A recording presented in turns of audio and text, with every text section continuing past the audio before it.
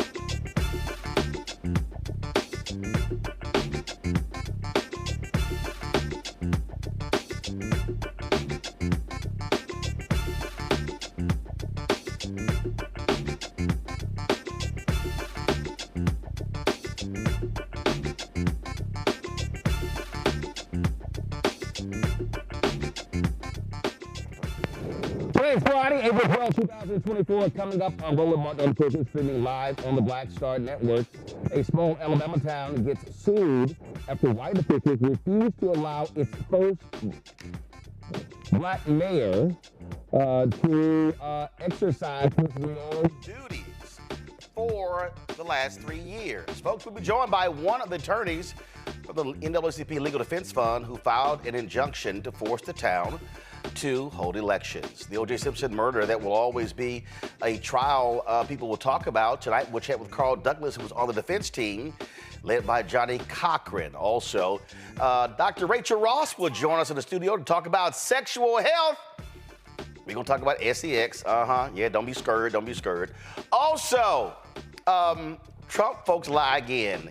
So they portray this whole deal, how he shows up at the Atlanta University Center to just bump into black people who are voting for him. It was a paid op. It was all staged, folks. And I keep telling y'all Republicans are not pro-life. In Florida, the governor signed a bill stopping cities from passing bills to make sure people have water breaks who work outdoors. These people are sick and demented. It's time to bring the funk on Roland Martin Unfiltered on the Black Star Network. Let's go. He's got whatever the biz, he's on it. Whatever it is, he's got the scoop, the fact, the find. And when it breaks, he's right on time and it's rolling. Best believe he's knowing. Putting it down from sports to news to politics. With entertainment just for kicks, he's rolling. It's on go, roll, roll, y'all. It's Roland Martin, yeah. Rolling with Roland now. He's funk, he's fresh, he's real, the best, you know he's Roland Martin now.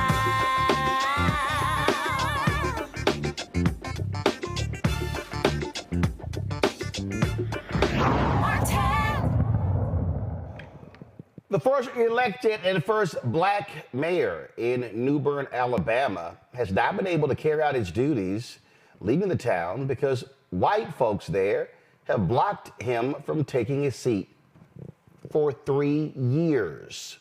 Patrick Braxton assumed office by default in 2020 when he filed for office, and no one else, including the incumbent, did the same. Previous Newbern mayors had been appointed or ran unopposed, with several serving for more than 10 years. Many residents did not know they were even allowed to have elections. Seriously, Braxton has an ongoing lawsuit alleging the white town leaders arranged an illegal and secret special election, preventing Braxton from appointing a majority black town council and Newbern voters from electing their candidates of choice. And Newbern is about 77 miles southwest of Birmingham, and its population is 80% black, 20% white. However, the town's leadership, except for Braxton and his town council, has been majority white for years. The Legal Defense Fund has filed a preliminary injunction to force Newbern to hold elections and to allow its citizens to vote for the first time in years. My goodness, this is, okay, so I know somebody's watching me right now, and you're saying y'all have got to be kidding. But remember what happened in Ferguson. Same thing, 6-7% black, and for the longest they didn't have a black mayor. You often see this happen in these small towns in Alabama and Mississippi. And so we must understand this is a reality. Marinika Fujani joins us right now, special counsel of the LDF. She's been working on this. Okay, so walk us through this. Walk us through this. When is the last time they actually had an election? So as we understand it, the town of Newbern has not had elections since at least the last few decades. They may not have ever had elections before the Voting Rights Act was passed in 1965. The last few decades? That's right. What the hell? Like, what the hell? Do the people there not get news? Were they seeing elections happening everywhere else and no one said, hey, what about us? So what's been happening is that different white residents of the town have been appointing themselves and other white residents that they know to the positions of town council member and mayor. And it's been essentially a hand-me-down governance system for the past several decades. So nobody black said anything? No one? I'm baffled that you could have a majority black town and literally this just went on and it was okay. I think it is hard to wrap your mind around in terms of why before 2020, when Patrick Braxton decided to run for mayor, why didn't that happen previously? But that just hasn't been the practice. That hasn't been the history. And also remember that this town is quite segregated. So the black people in the town live in a different part of town, and they have basically tended to take care of themselves by themselves without help of the official town governance. So, I mean, I get segregation. Okay, so all of a sudden, No one decides to run, so Patrick goes, hey, I'm going to run. And what? They just said, nope, you're not going to be the mayor. I mean, first of all, how does the state attorney general allow this to happen? I think that's a really good question. I think that's where things really start to get complicated when Patrick Braxton decided to run for mayor. At first, the outgoing mayor did not give him the proper information to qualify for a candidate of mayor, but Mr. Braxton was very intent on running and did the research that he needed to do so that he could still qualify. And then I think the problems really began not only after he decided to run, but it was really after he recruited other residents, and then it was only Black residents who decided to serve on his town council, that the outgoing white power structure decided that they wanted to put a stop to that. How large is this town's budget? What do they actually control? What are they in charge of? Well, Newbern is quite a small town that probably has between 200 to about 350 residents. There's the town post office. There's a town hall. There are a few other municipal buildings, but it's really quite small. So I don't actually think that this dispute is about getting a lot of access to town funds.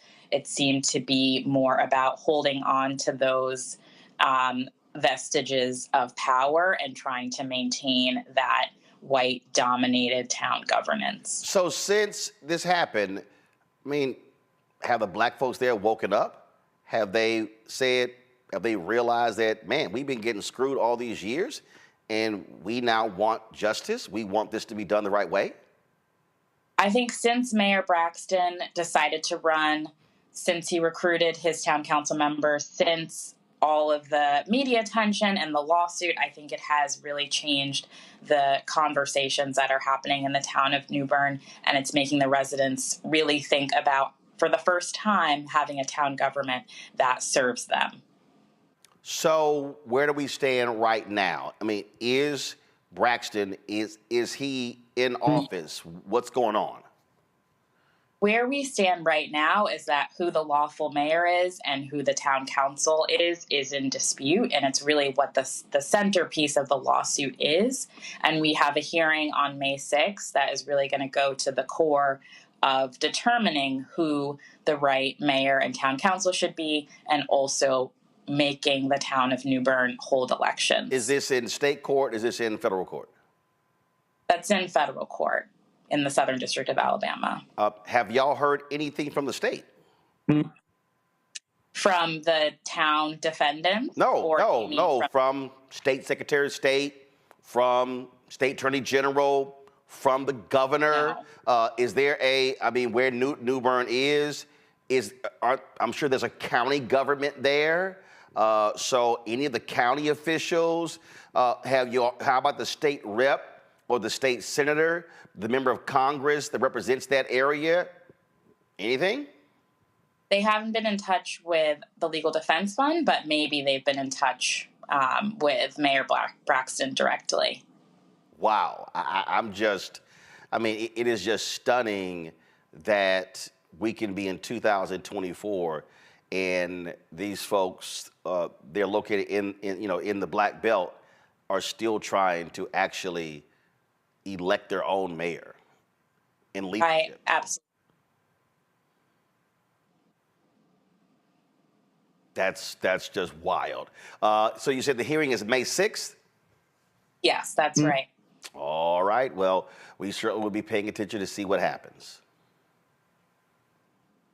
Thank you. All right. We appreciate it. Thanks a lot.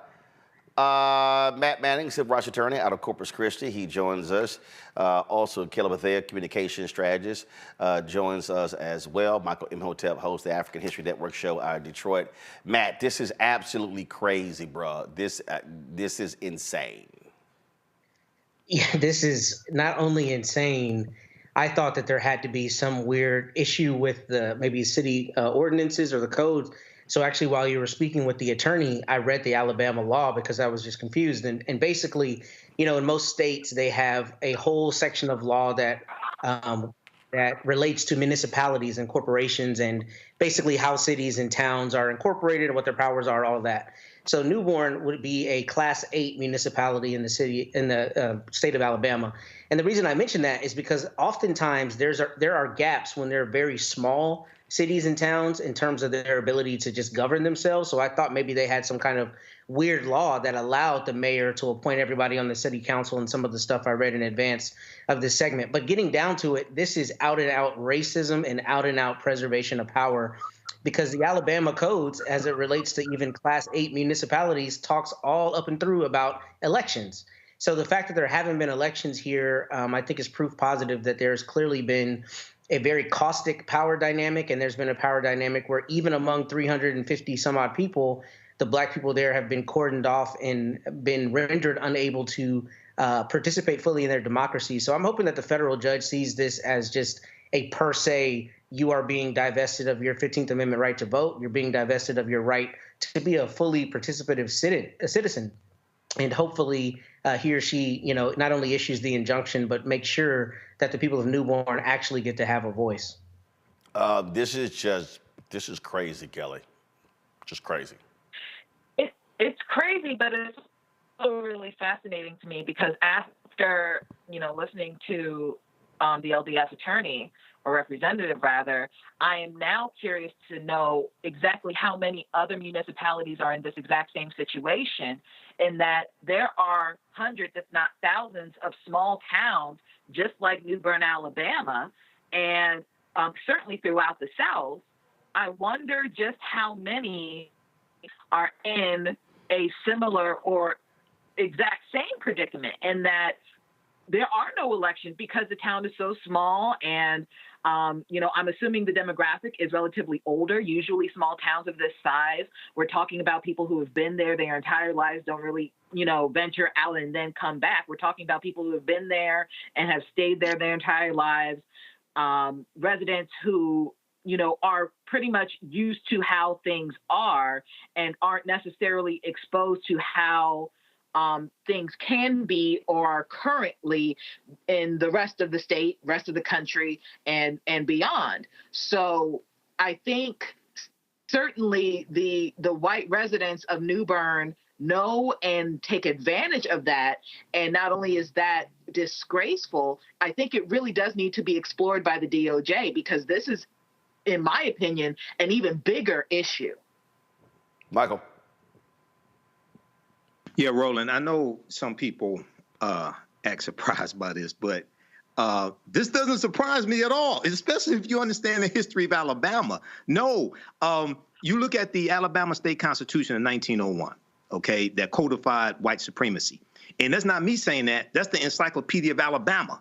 When you go research it, they instituted poll taxes and literacy tests to suppress the African-American vote. When you go back and look at the lawsuit of Gomillion versus Lightfoot, 1961, this was to fight against the gerrymandering that the state of Alabama was doing in Tuskegee, Alabama, and locking out almost all of the African-American voters and bringing in to this district poor white voters. And Tuskegee, Alabama had a higher literacy rate than the surrounding white counties, largely because of Tuskegee Institute. But Michael, yeah. No. I mean, first of all, you go through the civil rights movement, the Black freedom movement. You got what happened in Selma. You got what happened in Birmingham. You get the Voting Rights Act of 1965. There are only 77 miles from Birmingham. Yeah, I'm a little surprised you don't have an election since 1965. I mean, that's we ain't say 1985, 1995, 1965. Well, Roland, January 6, 2021, you had a group of domestic terrorists to try to overthrow the government. No, I understand that. But an 80% black town, 20% white, not having an election since the 60s. Yeah, that's that's still shocking. I'm not saying it's right. No. I'm just saying. I'm saying again. What? There's no news that this is sort of like the Japanese soldier, you know, who they found 30 years later didn't realize the war was over. I just don't understand how people living in this town got no news about any election anywhere else in the country and was like, damn, you know, we ain't had one since 60-something. I'm just saying. Very quickly here, one of the points I've made before numerous times on this show is oftentimes white people will value our vote and fear our vote more so than we will. Okay, and I'm not trying to condemn anybody in this town. That's not what I'm saying. I'm saying white people fear the African American vote, and in the words of the great master teacher, historian Dr. John Henry Clark, he would say, "I'm surprised that you're surprised." This does not surprise me. Since the 60s, yeah, it surprises me. All right, got to go to a break. We come back. We're going to talk about Trump rolls up to the Atlanta University Center and, all the MAGA people, look at the black people just in love with Trump. It was all a stage setup. We'll talk about it. You're watching Roland Martin Unfiltered on the Black Star Network.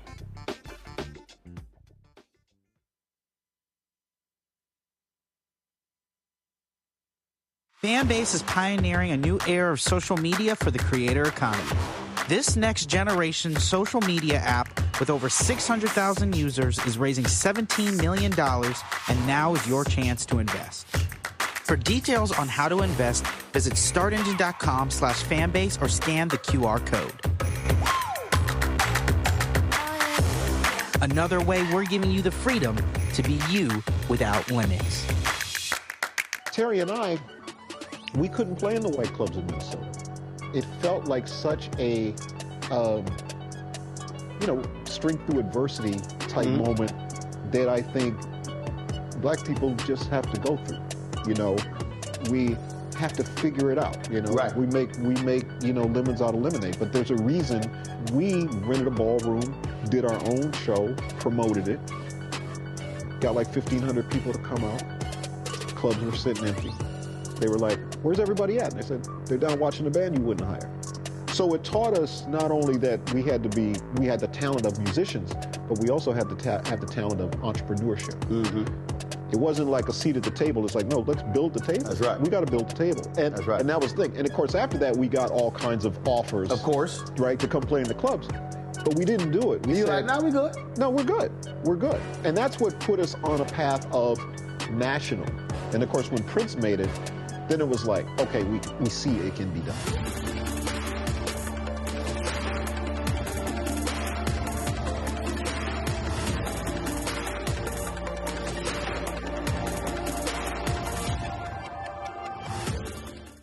Hey, what's up? Geek Tony in the place to be. Got kicked out your mama's university, creator and executive producer of Fat Tuesdays, an air hip-hop comedy. But right now, I'm rolling with Roland Martin, unfiltered, uncut, unplugged, and undamn believable. You hear me?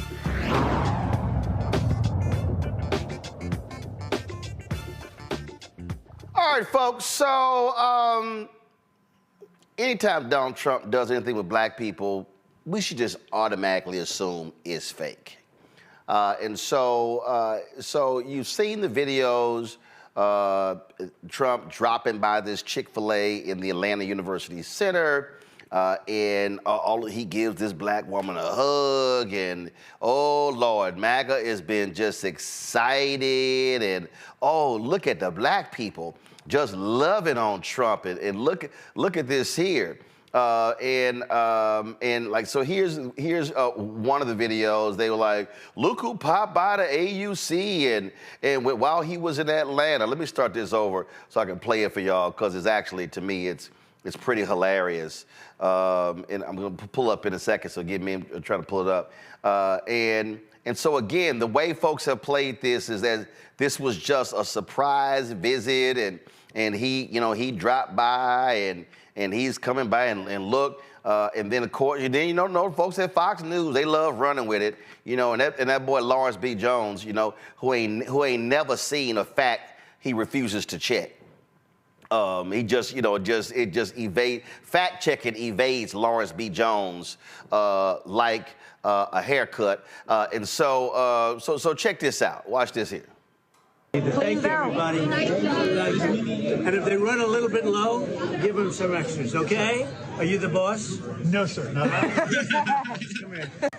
Thank you. Thank you very much. You take care of yourself. Thank you, everybody. Yeah, come on over here. Come on over. We appreciate it. With that beautiful hair. Come on, Malika. Come on. Malika and James, I got your phone. I got your phone. Come on. Go ahead, take it. Come on. Come on. Here we go. In place, in place, in place. Okay. Oh, I gotta go this way. Sitting here, and again, it's like, oh, this is, and then the sister, she's talking about the Atlanta University, talking about, oh, we support you, we support you. Folks on social media like, girl, who the hell is we? Who the hell is we? Like, who you speaking about? We support Trump. Well, the folks at Midas Touch, they've been tweeting about this, and they were like, yeah, that was all a lie. Let me show you what they put up. Because they talked about this, saying that what was portrayed as, you know, this impromptu thing, you'll see it right here, breaking. Trump's viral hug at Chick-fil-A was actually with a MAGA operative. It turns out Michaela Montgomery is a political consultant who worked for the Georgia GOP for years and is a city director for Candace Owens' Blexit organization. That sort of blows up that BS nonsense. Kelly? I mean, and I really hope I'm not, you know, being too mean about this, but I have yet to see a group, a singular person or a group of Black people around Trump that looks presentable. And by that, I don't mean like respectability, politics, and politically presentable. I mean, you know, the crusty wig, the ingrown hairs on the beard, the wrinkled shirts, the disheveledness. And it's like you scrape the bottom of the barrel of what we represent. And I'm not saying that we're a monolith or anything like that, but it just goes to show you how far and deep inside our trenches you have to go in order to find Black people or any race, really, to stand next to Trump in confidence as though it is a good thing to do, as though you should be proud of doing it. That is like my biggest takeaway from seeing this footage and seeing this content. It's like, this is not a representation of Black people. This is not what we are about.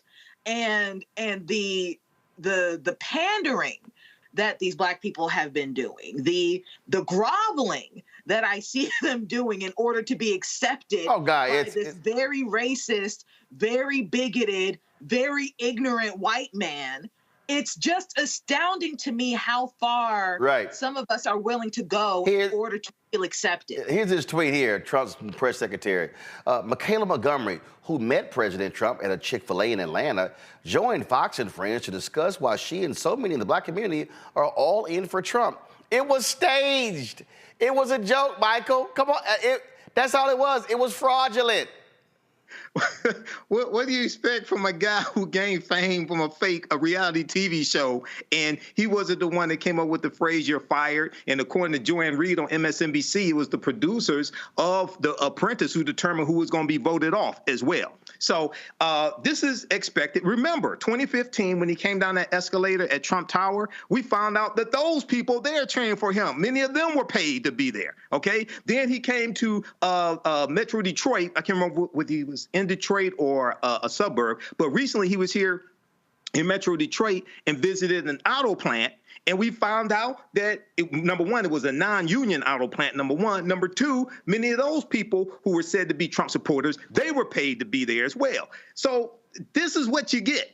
All right. We have to expose this fraud. And I saw that video today on D.L. Hughley's Instagram page. We have to expose this fraud and these grifters and then present the facts and evidence. Proper documentation ends all conversation. But this is what you're going to get. You're going to get more of this from Donald Trump, who's pandering and can't present any policies that are realistic that are going to help African Americans. Now compare that to what Donald Trump and Joe Biden, Kamala Harris have done, especially with student loan forgiveness that continue today. Now, and if y'all want to laugh, if y'all want to see a straight up minstrel show. Okay, watch this.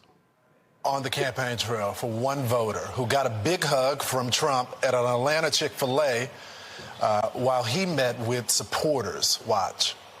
I don't care what the media tells you, Mr. Trump. We support you. We love you. Okay, 4 p.m. We've been 4 p.m. Come here, let me give you a hug.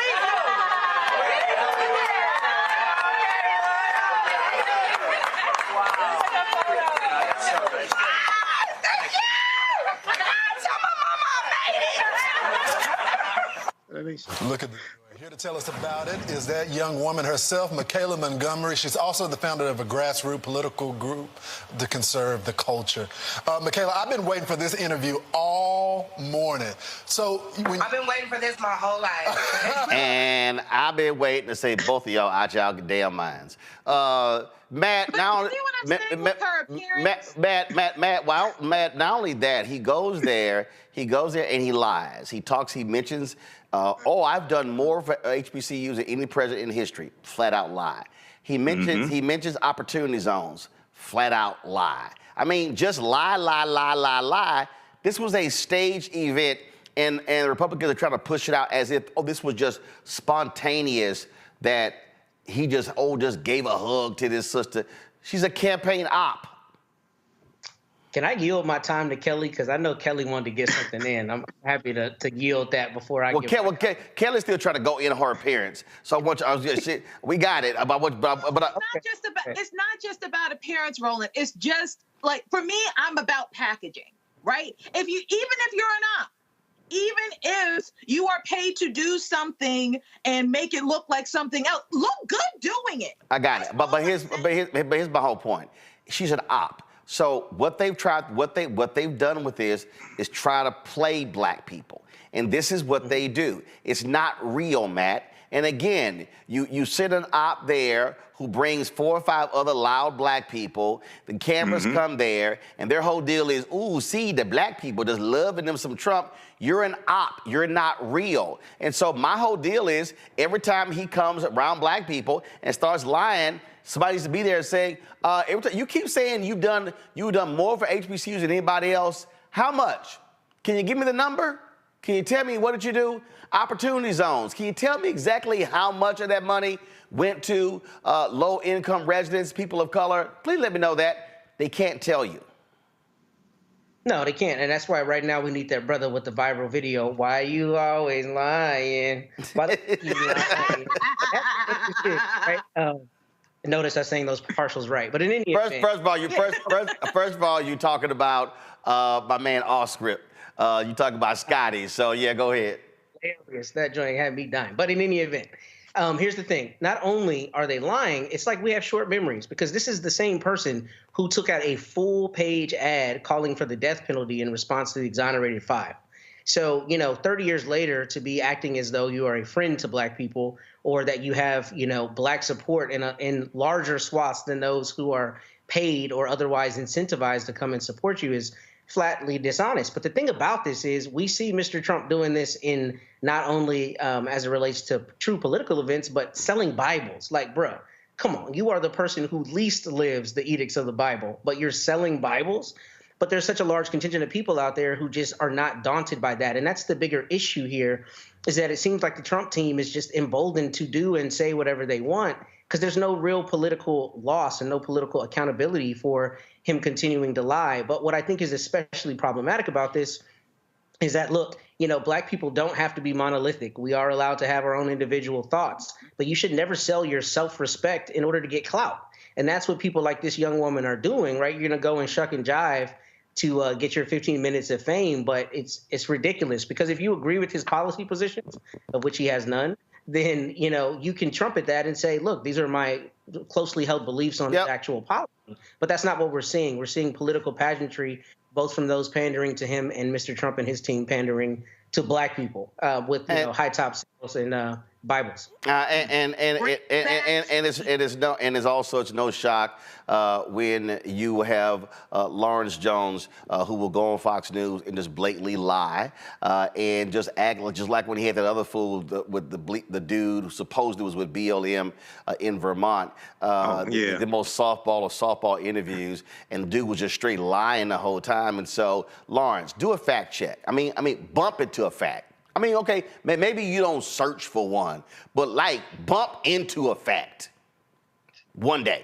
But again, that's what you see, because what they love to present to their mostly white Fox News audience, hey, here are the blacks. Look at the blacks who are supporting Trump. And I'm going to say this here again for the low information voters out there, the people who don't pay any attention, all of y'all who thought these checks were overflowing to the Black community when Trump was there, just want to remind y'all that was COVID. Just want to remind y'all of that. So if y'all actually think that Trump is just going to be flowing checks to the Black neighborhood if he actually wins, y'all all need to be drug tested, because it ain't happening. And all of you are going to be in for a massive rude awakening when there comes more tax cuts for the rich and he leaves your broke asses out to dry, like he's done Giuliani, like he's done everybody else who stood with him. But y'all go ahead and play a little game and actually think Trump has your black back. No, he plans on sending your black ass back to somewhere else. Because as he said, why can't we bring in more people from Norway, from Switzerland? What he's saying is white people. Just so y'all know.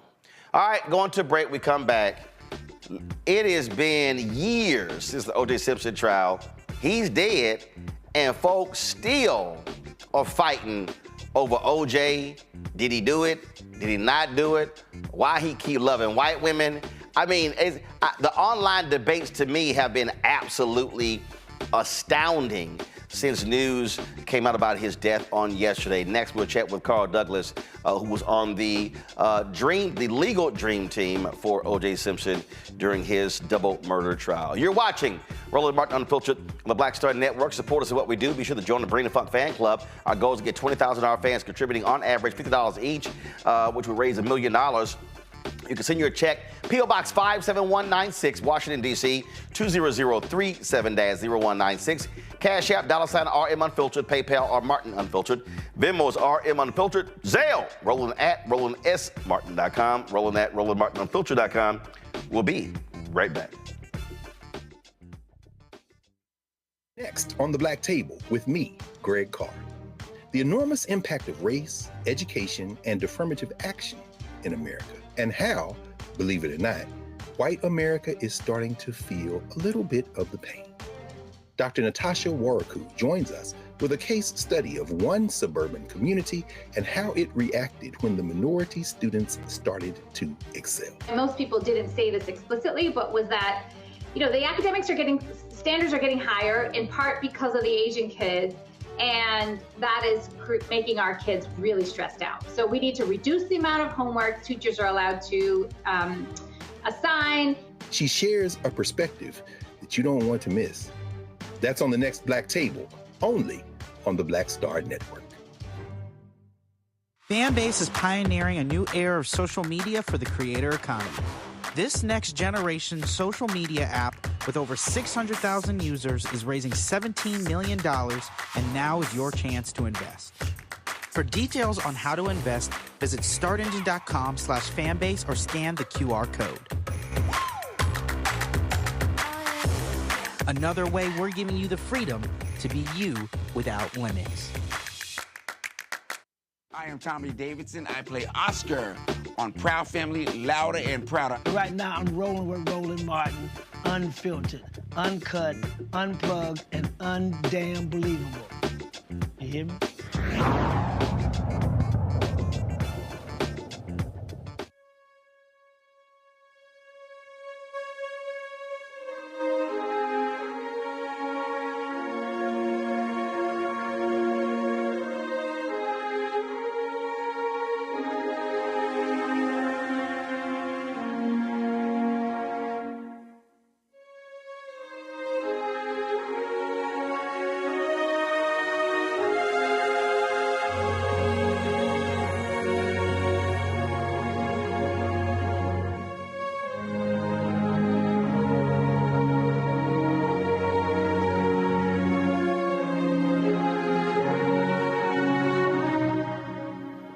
All right, folks.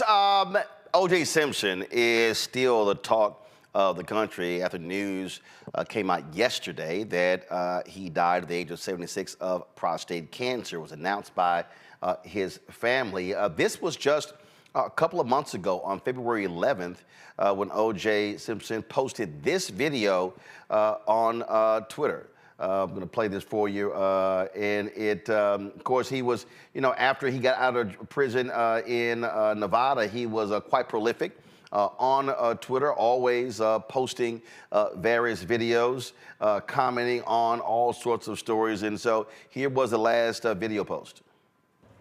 Hey, X-World, it's me, yours truly. Boy, what a beautiful day it is here in Las Vegas. Even though the game is indoors, it wouldn't have mattered, but still, it's nice to have a beautiful day like this. Hey, let me take a moment to say thank you to all the people who've reached out to me. My health is good. I mean, obviously, I'm dealing with some issues, but hey, I think I'm just about over it, and I'll be back on that golf course, hopefully in a couple of weeks. But it was very nice hearing from you and hearing those good, positive words. Thank you. Now, as far as the game goes, obviously, my prediction. That was February 11th. 2 months later, OJ Simpson was dead, dying of prostate cancer. All sort of stories have been done. Folks talking about the recollections of OJ. This New York Times article I found to be quite interesting. This is what it says. OJ was an earthquake. We're still living with his aftershocks. He tried to shed his blackness, but his all-consuming murder trial put the historically lurid American psyche on full display. Carl Douglas served on the legal dream team during that murder trial for O.J. Simpson. He joins us right now. Carl, first of all, glad to have you. I know a lot of folks been trying to get your perspective, your thoughts on O.J. Before I ask a series of questions, when was the last time you talked or saw O.J.? You know, Roland, first, thank you so much for having me on your show, Myth. I really appreciate it. The last time that I spoke to OJ was probably the day after the verdict in 1995. The last time that I saw him was in April of 2005. That was during Johnnie Cochran's funeral here in Los Angeles. Reverend Al Sharpton was giving the eulogy, and he first asked the audience. 5,000 people filled the audience. It was so crowded, Oprah Winfrey was turned away at the front door. But he first looked around and said, how many people have ever worked with Johnnie L. Cochran? And I stood up, and many others who worked with him stood up as well. Then he asked, how many people here today had ever been represented by Johnnie L. Cochran? And I turned to my right, and I saw Michael Jackson stand up. And one row back, and maybe 4 or 5 seats away, I saw O.J. stand up as well. That sight of seeing Michael Jackson and O.J. Simpson there together at that same place is a vision that I'll probably take with me to my grave, brother. When you look at how even today there is still such a visceral reaction when just the mention of the name O.J. Simpson. I mean, I have seen memes, I've seen posts, I've seen folks reliving the trial, reposting items, talking about how it was wrong. Jurors have been interviewed on different networks. Several of them said, look, we got it right. What was it, from your perspective, what was it about this case that was unlike any other in American history? Because it was a perfect storm, Roland, of a whodunit. And layered on that was race. And layered on that was celebrity. And layered on that was domestic violence. And layered on that was entertainment in Los Angeles. Some would say the media capital of the world. This was before X, Facebook, or Instagram. The only game in town at that time was the O.J. Simpson trial. And so it really held the nation transfixed. When the verdict was rendered on October the 3rd of 1995, there were as many as 150 million people, more than 1/3 of the entire nation of this great nation of ours were tuned in to watch that verdict. You hear about perhaps 14, 15, 19 million people watching the women's basketball game. But when you think about 150 million, 10 times that number of people watching one event, it really tells you the impact it has had on American history and American culture. Sir, people, white, black, young, and old, always will want to have a conversation with me about the OJ Simpson trial whenever I deign to bring it up. I mean, it really, I mean, you're absolutely right. I mean, it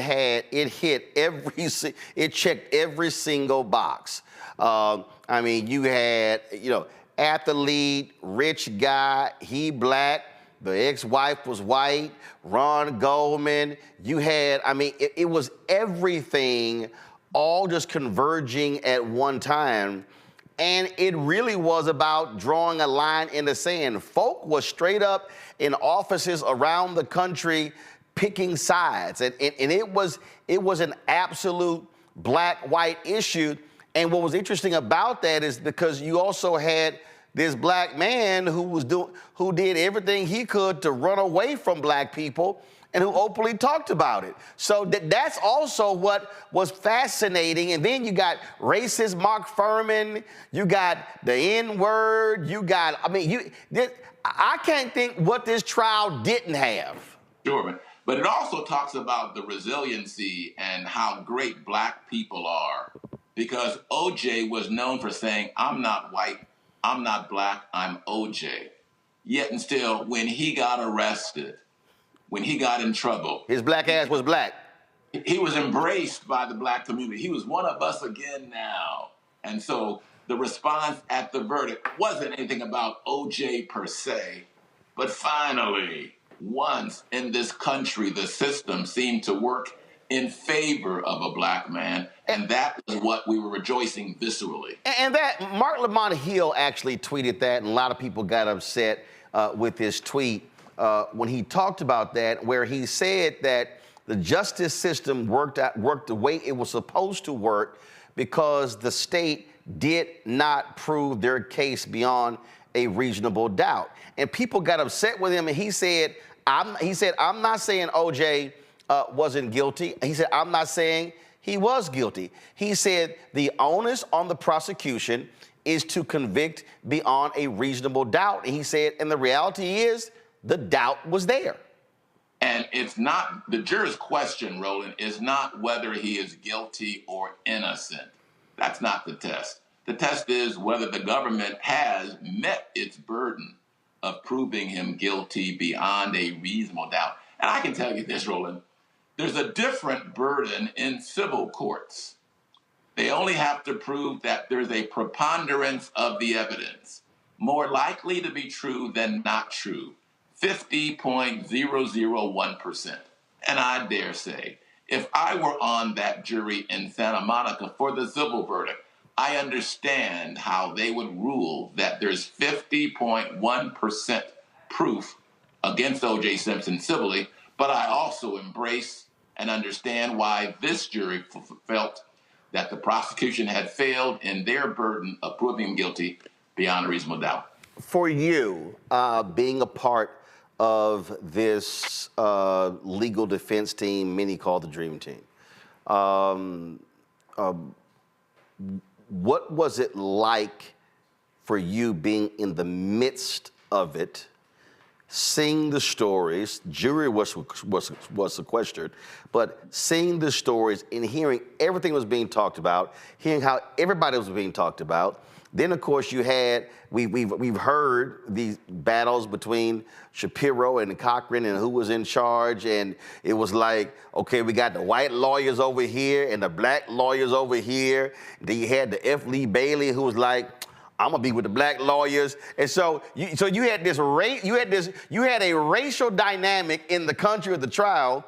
Then you had a racial dynamic on the prosecution side and a racial dynamic on the defense side. Yeah. You know, it's funny, Roland, because rarely in life do you have a chance to step back and say, you know, this is going to be important. And I fortunately had that wisdom moment when I was there in the trial. I was 40 years old, man, working with some of the greatest legal minds in America. F. Lee Bailey was my personal hero. Johnnie Cochran, I thought, was the greatest lawyer in the world at that moment in time. Alan Dershowitz was a legal titan in the appellate world. So I can remember times sitting back on Saturday afternoons and just taking it all in, because we would all meet and talk about the past week and the prior week. And some of the greatest legal minds coming together, talking about the same issues, was like finishing school, graduate school for me, who was a 15-year lawyer then in 1995. Have you, because of your involvement with this, do you have folk today who are still mad and pissed off at you? I don't know if it's because I'm a younger brother or what it is, but I have never had a negative word said to me in my face. In fact, ironically, Mark Furman wrote in his book, I've never read it, but I was told it says, if the entire Dream Team had performed like Carl Douglas, the case would not have turned into a circus. People may have all of these extraordinary views and opinions, but I can say I have never in my face been confronted with a problem. And I am one of the few people, Roland, on behalf of the defense, who will go on TV and talk about the case and defend the verdict. My community embraces me. I am welcomed. I am uplifted. And I continue to raise and uplift the memory and the legacy of my man, my friend and mentor, Johnnie L. Cochran Jr., who died in 2005, because I know if he were alive, he would be in my place talking about his success in that case 100%. I'm gonna go to some questions from the panel after this question, but I gotta ask you this here. We've all seen that video of the verdict being read and the look on Kardashian's face, and when that happens, and then y'all retreat to a room. What was that like? I mean, and do you believe that he was shocked by the verdict? Because it's, again, everybody makes these assumptions that, he clearly thought that OJ was gonna be found guilty, and it was stunned when the jury came back. I was in the second row inside the well. My back was to he and F. Lee Bailey, so I didn't see that look on his face. Though I know what you're describing because they mentioned to me as well. We all went back to the back and celebrated. High fives, hugging, happy, joyous. There was not a hint or an indication, even from Bob Shapiro, that he was going to go that night and turn his back on the entire defense team. So I'm not a mind reader. I understand the question, but I have no insight whatsoever into what was going on in his mind at that moment. But I do know when we were all together, we were all celebrating after that day. When you say what Shapiro did, for folks who don't know, I think he did an interview with Barbara Walters. He did, yes. And he had an interview with them the night before, that night. And he said that the defense team had played the race card and had dealt from the bottom of the deck. That was offensive because the whole concept of using race as a defense ploy was a concept that he developed before Johnnie Cochran was ever a lawyer on the case. So the hypocrisy of that statement was clear to all of us. We were at OJ's house partying the night of the verdict. I remember watching it on the TV screen when he was talking to Barbara Walters.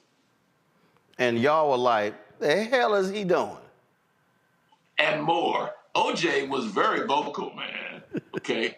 And very vocal. He was expressing anger and surprise, and he was talking, and he had this console that had 3 or 4 different TV screens on going at the same time, each one on a different news station. And he would be pacing around and yelling and talking and doing all kind of, but then we all stopped to listen to him about getting the interview.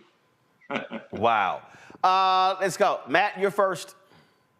Well, let me first geek out a little bit and say it is an honor to just be on the screen with you, Mr. Douglas. God willing, I have just a fraction of the legacy as a lawyer that you have, and I'm able to be a part of a team as impactful as yours. So let me give you your flowers first. And I don't want you to break privilege, but I'd love to know the answer to this question. So one thing I find as a Black lawyer is a lot of times Black clients just feel a kinship with me that they may not feel with other people on the team. I know we've talked about some of the racial issues, but what was your feeling, if you can speak to that, about how OJ aligned with the differing views in the room in terms of strategy, and just what role race played even inside the team and in terms of how the client was responding to various strategies and going forward, if you can speak to that? It was amazing, brother, because before that, OJ chose not to see race in his life. He melded well between all racial groups and was probably very comfortable in the white world of Brentwood. At the same time, though, he was a brother from Hunters Point in San Francisco. The brother could talk trash, play bid whist, roll some dice, and be on that level as well. And he became more understanding of the significance of race in the criminal justice system as the case evolved over the course of the many months and years. And it's unique in Los Angeles because no one could understand the OJ Simpson verdict without understanding the racial dynamics which were then present in Los Angeles in that time and in that place. And I dare say, as a lawyer there for 44 years, man, if anyone tries a case in Los Angeles and ignores the object or the subject of race, they do so to their own peril. I consider race in choosing experts and figuring out what witnesses to call and when, because it is, regrettably, an important factor in everything that we do as lawyers. Kelly. Thank you. I echo Matt's sentiments and being on the same screen as you, sir. It is an honor. The law nerd in me is also geeking out, so I will reel it back a little bit. My question to you isn't necessarily regarding legal strategy so much as it is, and I think it's fair to say your attenuated relationship with OJ Simpson since the trial, based off of what you just said, the last time you saw him, the last time you spoke with him. Has your lens in regards to who OJ is, in regards to how the case played out, has that been clouded? Has that been cleared up? Has it shifted at all since the verdict? And if so, why? It's funny because my career took off after the verdict. I remember most of what I did before that time was as a civil rights lawyer. And I would appear in civil court and say my name and who I worked for, and the entire courtroom would go silent to hear what the lawyer from Johnnie Cochran's office would say. And that was a tremendously powerful residue for my career. I left his office within years of the verdict, opening up my own firm. And the connection that I had with that case is in Los Angeles, very uplifting, very powerful. I don't advertise because I really don't have to. My work works for me.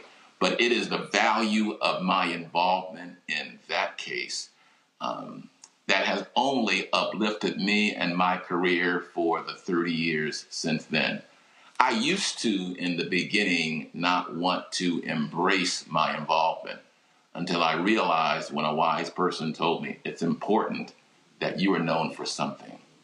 That which is considered the trial of the century, and we won. And as a trial lawyer, winning the biggest case in your career is something that we all would embrace and want to be a part of. As any lawyer who's a trial lawyer can tell you, when the game is on the line, when the clock is running down, I want the ball in my hand so that I can be the one to make the decisions and to do that thing that is best for my client. And that's just a special part of a personality of a trial lawyer, I think. Michael.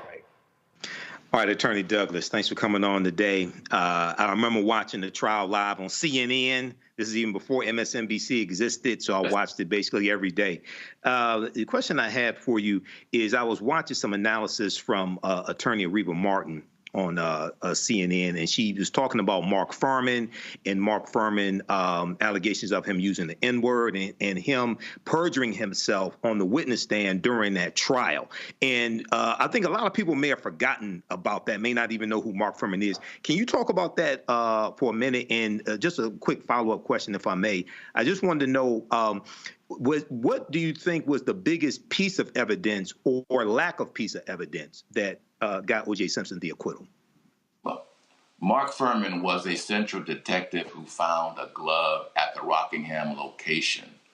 He had, years before, petitioned the city of Los Angeles to allow him to retire with benefits because he harbored such virulent, racist, violent attitudes against black and brown prisoners and suspects that he thought he was a danger to himself and to others. He hated them so much that they would beat him, and he relished that kind of violence. So in Los Angeles, there is such distrust at that moment between the police and the African-American community. You could probably stop anyone on the streets of Los Angeles who was black at random, and they could tell you a story of themselves, their friend, or their family member being treated unfairly by the LAPD. That distrust is something that we as the defense fed into. And when you had a central detective who took the Fifth Amendment in a murder case, that was clearly a bright line. But the seminal piece of evidence, I say, that really turned the tide was that glove demonstration that we all remember when the murder glove didn't fit on the hand of the accused murderer. That was a visual sign that seared into the memory of the jurors, irrespective that there were 30 days of mind-numbing DNA evidence, irrespective that there were 3 weeks spent on the domestic relationships and the problems that they had in their past marriage. When there was a dramatic, in-your-face, feet-away demonstration and the murder glove did not fit the hand of the murderer, that, I think, was the moment when we all thought that a conviction was going to be impossible and that a not guilty verdict would prevail. All right, Michael, get a follow-up. Come on. See, Roland, that's how smooth I am. I asked two of them together. All right, fine. Well, just making sure. Matt, go ahead. Okay, I have to ask this. I'm sure everybody wants to know. So you talked about the glove demonstration. Was there a point before then when Johnnie Cochran came up with the line and y'all were like, that's going to slay in closing argument? Or was that something off the cuff? Number one, I have to ask. And number two, please tell us what it was like working. I mean, you are one of the legends, but what was it like working with Brother Cochran? Because he's obviously, you know, most of our hero as lawyers, one of our heroes. And I'd love to know what that experience was like, beyond formative, of course. Surely. The weekend after that glove demonstration, we would gather every Saturday in our conference room. There'd be 12 lawyers, investigators, staff sitting there working together. And there was a speakerphone, and Jerry Ullman, who was then the dean of Santa Clara's Law School, was on the phone. And Jerry Ullman said, hey guys, I got a saying for us. If it doesn't fit, you must acquit. And we all first paused for a moment, thought about it, and the entire room erupted. Hey, yeah, that's the thing. Hey. It was a moment that I will always remember, and Jerry Ullman was the one that thought of that phrase. Your second question, I was with Johnnie Cochran for 12 and a half years. I always enjoyed being the man who whispered into the ear of the man. That was, to me, the seat of power. And I would always tell the lawyers, I don't care what you think, trust his instincts. Because the brother had instincts that were gleaned over doing trials, 3, 4, 5 trials a week as a city attorney for many years. Yep. He had instincts because he knew how things would play. He knew how people would be able to react to things. And as important, he had a remarkable ability, brother. I can't do it. He could be kicking your tail during trial and at a break saunter over to the other side and ask you about your family. How's the wife doing? How's the kid doing? He had that remarkable ability to compartmentalize, and prosecutors, defense lawyers alike loved him some Johnnie Cochran. He had that smooth way that was able to impress everyone he was around. All right, then. Carl Douglas, last question. When you look at all of this coverage and when you look at these conflicted feelings, just your assessment of how there's these multiple versions of who OJ Simpson was and how he is going to be remembered for the rest of eternity. It's going to be complicated, regrettably, Roland. Hopefully, there will be some remembrance and recognition of how great an athlete he was in the first half of his life. But regrettably, particularly with the advent of social media, he will be most remembered for someone that America thinks got away with murder. That, I think, unfortunately, will be the lasting memory of my former client, OJ Simpson. Carl Douglas, always a pleasure, man. I appreciate it. Thanks a lot. Brother, have me back again, please. Always enjoy being with you. We'll have you back on. Thanks a lot. Thank you, brother. Stay well. All right, Matt, Kelly, Michael, I appreciate y'all being on today's show. Thank you so very much. All those folks who are watching. Coming up next, a frank and honest conversation. Y'all don't want to miss this. Y'all might want to have the kids leave the room, though. I'm going to be chatting with my homegirl, Dr. Rachael, sexologist. We talk about sexual health, but also talk about the reality of what folk got to do to keep that thing going strong the older that they get. It's going to be quite an interesting conversation. Trust me, y'all actually might learn something. I think you will. You're watching Roland Martin Unfiltered right here on the Black Star Network. On the next Get Wealthy with me, Deborah Owens, America's Wealth Coach, nurses are the backbone of the healthcare industry, and yet only 7% of them are Black. What's the reason for that low number? Well, a lack of opportunities and growth in their profession. Joining us on the next Get Wealthy is Needy Bartanilli. She's going to be sharing exactly what nurses need to do and what approach they need to take ownership of their success. So the Black Nurse Collaborative really spawned from a place and a desire to create opportunities to uplift each other, those of us in the profession, to also look and reach back and create pipelines and opportunities for other nurses like us. That's right here on Get Wealthy, only on Black Star Network. On the next, A Balanced Life with me, Dr. Jackie. It's spring, hallelujah. But hold on, it's not all fun and games. With the sun and the warmth comes the need to clean, the clutter, mentally, physically, emotionally, socially. All of those things need to happen. Getting rid of the clutter and clearing the cobwebs in our head and in our home. That's next on A Balanced Life on Black Star Network.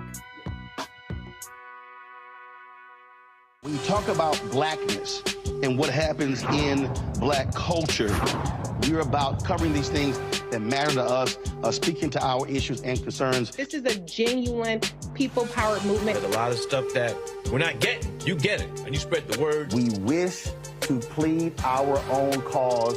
Too long have others spoken for us. We cannot tell our own story if we can't pay for it. This is about covering us. Invest in Black-owned media. Your dollars matter. We don't have to keep asking them to cover our stuff. So please support us in what we do, folks. We want to hit 2,000 people, $50 this month, raise $100,000. We're behind $100,000, so we want to hit that. Y'all money makes this possible. Checks and money orders go to P.O. Box 57196, Washington, D.C. 20037-0196. The Cash App is $RM Unfiltered. PayPal is R Martin Unfiltered. Venmo is RM Unfiltered. Zelle is Roland at RolandSMartin.com.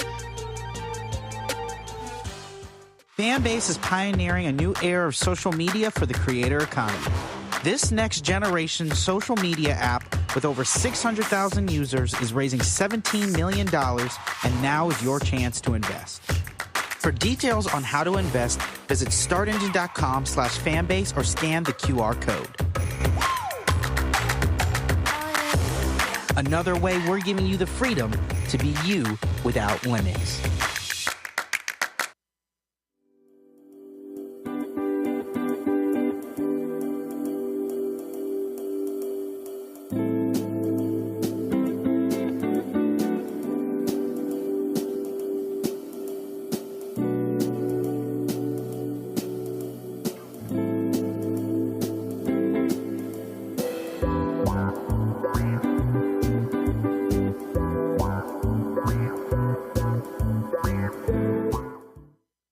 Fanbase is pioneering a new era of social media for the creator economy. This next generation social media app with over 600,000 users is raising $17 million, and now is your chance to invest. For details on how to invest, visit startengine.com/fanbase or scan the QR code. Another way we're giving you the freedom to be you without limits. Hatred on the streets, a horrific scene, a white nationalist rally that descended into deadly violence. White people are losing their damn minds. As an angry pro-Trump mob storms the U.S. Capitol, we've seen We're about to see the rise of what I call white minority resistance. We have seen white folks in this country who simply cannot tolerate black folks voting. I think what we're seeing is the inevitable result of violent denial. This is part of American history. Every time that people of color have made progress, whether real or symbolic, there has been what Carol Anderson at Emory University calls white rage as a backlash. This is the rise of the Proud Boys and the Boogaloo Boys. America, there's going to be more of this. Here's all the Proud Boys, guys. This country is getting increasingly racist in its behaviors and its attitudes because of the fear of white people. The fear that they're taking our jobs, they're taking our resources, they're taking our women. This is white fear.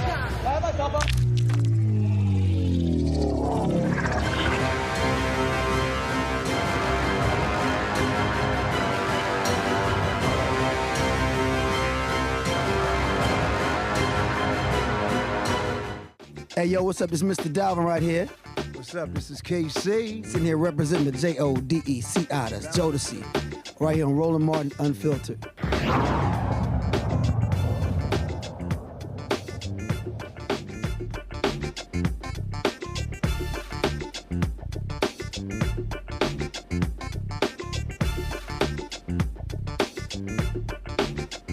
All right, folks, all of us here, if we really want to be honest, we're here because a man and a woman got together and had sex. And it is a topic that folk, frankly, are definitely afraid to discuss. It's amazing how in the conversation you can have with people say, we're going to talk about sex. We're going to talk about sex. But we're going to be quiet about it. My guest right now is Dr. Rachael. She's a sexologist. She is an actual doctor. And she makes it clear that sex is about science.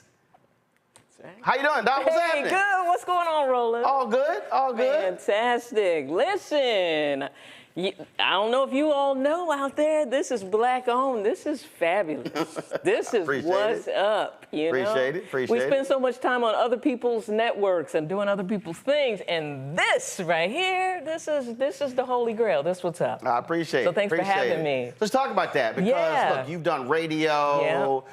You were on The Doctors. You've been on many other shows. And everybody obviously is always focusing on, you know, these other different platforms or whatever. But when it comes to this issue, you actually said, you know what? Let me just take this thing to a whole next level. I mean, I can remember us meeting at Weber Grill in Chicago, State and Grand, right across from where I live. That's right. We're talking about, okay, what you were trying to do. And now it's morphed into something that's just much larger. When did you make that decision that, you know what? This thing is bigger than even what I think it is. So let's actually go there. Let's go there. So, you know, first, thanks for taking me back there because, you know, you've always been very supportive. You've always given such good advice. You know, you've always just been a beacon of light as to what to do. And I think when we think about television, and yeah, I was on The Doctors for 4 seasons, and you were on CNN for a bunch of seasons. And, 6 years, yeah. And when you got off CNN, I'm sure you had family members like, we miss you on CNN. When I got off The Doctors, they were like, we miss you on The Doctors. And I think as a people, we have to look past popular media and look for ways like what you're doing and what I'm doing. You know, it pales in comparison to what you're doing, sir. But to actually get the message to the people that needs to be there. And for me, sex and relationships really started in college. You know, I went to Freaknik one year, and I was at Vanderbilt, and my best friend was down at Spelman, and I got down there, and I said, well, damn. I said, if this is how things are rolling in our community, we're going to have a trouble with HIV, because at that time, it was kind of a gay man's thing. Mm-hmm. And so I was seeing people having sex in the car, in the street, on top of the car. I said, well, shit. So it opened up a whole new... So this new documentary, you're like, yeah, I saw, you're like, I experienced it in real time. Yes, for sure. And it was like sensory overload. I was like, okay, you know, I'm coming from Gary, Indiana, and I'm like, what in the world's happening? So I realized that sex was such a thing in our community that it was always going to be a thing. And so for me, it started with HIV and AIDS education. And then now being an adult and being married and having kids, it has morphed into this space where I see Black sexuality and Black sexual health and Black health in general assaulted on a daily basis. I mean, you know, we have hypertension, diabetes, we die during pregnancy, you know, we got this prostate thing going. And for me, it is about, and it has been for a really long time, is how can I package the information and get the information out there in a way that people can understand, right, but also so that it changes the way we're doing things, so that it makes us healthier, live happier lives, and to keep the sexual connection together between people. Because we're living, I mean, the reality is we're living in a world where it's everywhere. I mean, it's on shows, it's in movies. The music is far more sexually charged today than it's ever been. And then there's this impression in people's minds that, oh my goodness, that sex is amazing, is wonderful, but the bottom line is, as you deal with it, there are people who are having significant issues with intimacy, with actually having sex, men and women. For sure, for sure. And I think when we connect sexuality, I mean, you have to connect sex to everything, right? It's the reason you go out and get the new Jordans. It's the reason you get a haircut. You know, like the reason you look good is so much around sexual energy. And I think as a people, we're so afraid of sex and we're so afraid to talk about it that it becomes kind of like the elephant in the room. We're all doing it. We've all done it. We've all had it. We all had to have it to get here. So to take it and make it fun, make it entertaining, make it something that's not creating this weird energy has really been what it's about. And for me, I've been in this space, you know, I've done teens, I've done women, I've done men, and really what I've found is that men are you know, they're the leaders, they're supposed to be the leaders of the community, right? They're supposed to be the leaders of the household, right? And what I find is that when a man gets to the point where his erection isn't working anymore, it becomes a big thing for him. And it is a saddest thing to see a gentleman. Meaning it affects everything. It affects him mentally, it affects in terms of how his partner sees him. How he sees himself in the world, how he presents himself. So for me, realizing that I love Black men, you know, they're an extension of me. They're a part of me, my dad, my brothers, and things like that. And so watching and seeing stuff like that happen in your own family makes you be like, oh, shit. You know, let me get on it. And really, honestly, my dad's, he was a physician too. And kind of towards his last few years of life, you know, he just became honest with me about some of the stuff that he'd been going through with his prostate, with his erections, talking to my mom. And I said, listen, if I can prevent anybody else from going through all this shit, that is exactly what my mission has been. And so in the media space, I've been kind of all over the place, but now I have drilled down into men's health because when your erection goes south, I feel like it's kind of like an SOS signal. It is letting you know that something else is going on, and what we need to do is fix the underlying cause so that the erections can stand tall. And so here's what was interesting. We were talking one day, and you said that,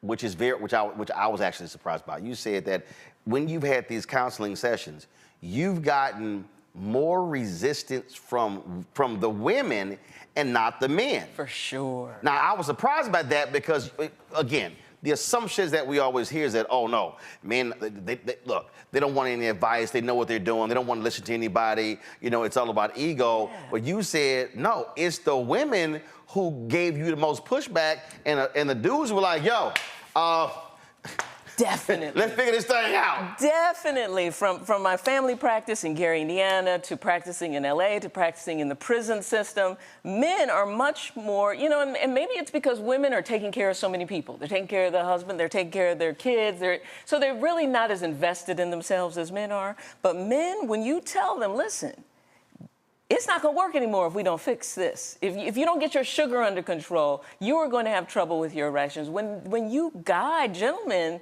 in the direction to heal and to get better and to feel better and look better, they are really all about it. So for me, it became about, wow, I'm leading guys and changing lives. And so for me as a physician, that was really important. I'm like, well, listen, I could sit with the ladies and we can laugh and gossip, but they're not doing it.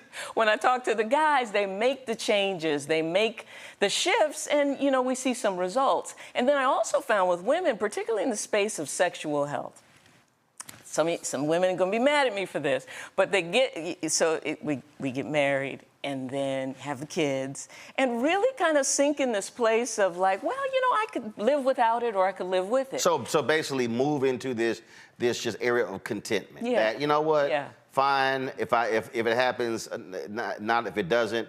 And then you have men who are like, hold up, this sex every 2-3 weeks, once a month stuff, this ain't how it's rolling. That's right. So now you got friction. That's right. And then you're in a tough space because they're married. And it's not fair because you guys did make a commitment to each other. Listen, we're supposed to be here. We're supposed to have sex. This is death to a part. So you mean we're going to die? Here we are. We're only 55. Does this mean that I'm only going to have sex twice a year for the rest of my life? I mean, as the old phrase going, you better keep doing what you did to get them. So when you confront that, yeah. I mean, and are you seeing that a lot? Oh, I see that all the time. I see that all the time in our community, unfortunately. I don't see it as much in other communities because it becomes kind of an agreement and a negotiation in other communities. In our community, I think our mothers, watching my mom, watching my aunts have kind of led us to this place where we think that, you know, once you got the kids and all that, that's a thing of the past. And so it becomes difficult for me as a sexologist and as a physician to, when couples come or when women come, particularly African-American women, when they say they want to get their sex drive back up, a lot of times that's not true. A lot of times it's just to make the partner happy. To say, okay, well, I'm trying. You know, I'm going to get the tests. I'm trying to do these things. But it has to be, you know, a joint effort because it's really not fair. Here it is, I'm helping the guy get his erection stronger, and he's got a Maserati in the car and no keys because he can't try it out. So it's tough, you know? And if he can't test drive at home, he's going to test drive somewhere. He's going to test drive somewhere. That's my point. You know, with Facebook and everything, it's just so easy to meet people online and here and there. And then I find that there's so much, okay, so he said, listen, honey, you know, we really don't have sex much. You know, it really makes me feel terrible. Right. You know, I feel really attractive. You know, people look at me when I'm at the grocery store. Women flirt. And he's trying to avoid a confrontation. Yeah. So he's trying to do it in a way of not to cause drama. Yes. And 8 times out of 10, she just doesn't hear it. And so it creates a bad situation. So I have guys come to me, well, Dr. Rachael, what should I do? I'm like, well, I can't tell you to leave somebody. But does this also then happen? Because for that man who says that, he may not have any issues in the bed, but now it becomes a psychological thing. Sure. And so now, when it does happen, he may not be able to perform because, hell, it's been 3 weeks. That's right. 3 months, 3 years. Right. You're right. You're absolutely right. There's so many layers to it. And you know, so back up. I don't want to be so hard on the ladies because, you know, gentlemen, you know, started out going on dates, doing a little romance, and maybe have stopped or fallen off a little bit. But what I will say is that when you make that commitment to somebody that this is for a lifetime, that you really do have to listen to them when they come to you and say, listen, I need sex, because they're not saying I need sex because, you know, I'm just a freak. They're saying I need sex because I need to feel attractive. Right. I need to feel intimacy. I need to feel like you care about me and you find me attractive, because if not, then it reflects on how I see myself and how I have to perform when I go into corporate America or go into the job and everybody's treating me like shit there. You know? You said something that cracked me. I saw one of your videos. It was on YouTube and Instagram, and I hollered laughed. I think I texted you on it. And you said, listen, your body parts as a man or a woman, they are the same if you don't use your arm. Your arm will atrophy. Yes. Your arm will stop working if you don't use your arm. That's right. You said men and women, same thing for your sexual organs. Same and thing. The comments were hilarious because people were shocked by that because they never ever put those two together. Yeah. No, it's true. And so, you know, that old saying, if you don't use it, you will lose it, it's really the same. So there has to be blood flow and there has to be engorgement in both female genitalia and male genitalia. Okay, so now you get into the science. Yes. Now you get into the science of it. Yes. And that's the other thing. Unlike, there's a bunch of people out there who are doing videos and stuff, but your deal is, you're not trying to be, this ain't no voyeuristic stuff. You're trying to walk people through the science of the human body. That's right. This is what arouses a woman. Yes. This is what arouses a man. And these are the things that actually can inhibit that from happening. That's when you talk about high cholesterol, things along those lines. Go ahead. Yes, because the same blood vessels that have to go to our genitalia actually go to our heart, go to our kidneys, go to our eyes. So if you're in a health compromised situation, it makes sense then that you start to lose your erection. You start to, as women, you start to not get as lubricated. You start to not feel or want sex. So sex, when your sex drive kind of plummets or things aren't going well down there, it is a sign that something else needs to be looked at. So when we think about engorgement and blood flow to these areas, as a gentleman, you know, when you're in your prime, you go to sleep, you know, at night, your erection's exercising itself. It's having nocturnal erections, 4 or 5 a night. Right? And then as you start to age, what happens to those blood vessels is the blood vessels start to get diseased, and that's basic. Every 10 years, our blood vessels start to work a little less like they should, create less nitric oxide, and so at night, what happens is you start to get less of those nighttime erections. And so what happens is, because the penile tissue isn't getting all that blood flow, it actually starts to get what we call fibrosis. It actually starts to stiffen up. So the key in exercising your genitalia is that if you exercise, even through self-play with women or self-play with gentlemen, what you're actually doing is you're encouraging blood flow to some area that you're just sitting on all damn day. So, right? if it's not being used, it's not getting blood flow. And so your deal is, no, it actually needs to get blood flow. I mean, the reason I understand, look, I play golf. Yes. And when I warm up playing golf, I have one of the high-priced massagers, and I also have stretch bands. Yes. And so I was warming up, and the guy was like, "Man, what are you doing?" I said, "One, I'm getting blood flow to my shoulders." Right. So I said, I can't, in order for me to have proper rotation playing golf, I said, I need to get blood flow to my shoulders when I'm stretching my hip flexors. I'm trying to get blood flow there, and I'm actually warming the areas up. So then when that happens is now I'm loose, and so now it's not stiff when I'm playing. And they were like, okay. And I said, that's what you do when you warm up. So that's literally what you're saying is, look, if the absence of blood flow, Yes. It ain't you're gonna have trouble playing golf, you're gonna have trouble in the bedroom. That's right, that's right. And then what happens too is we don't understand the aging process. We don't, when you're a kid, someone can just brush up against you, and as a gentleman, you get one, right? And ladies, you can be dancing with someone and just a little pressure down there, you're like, ah.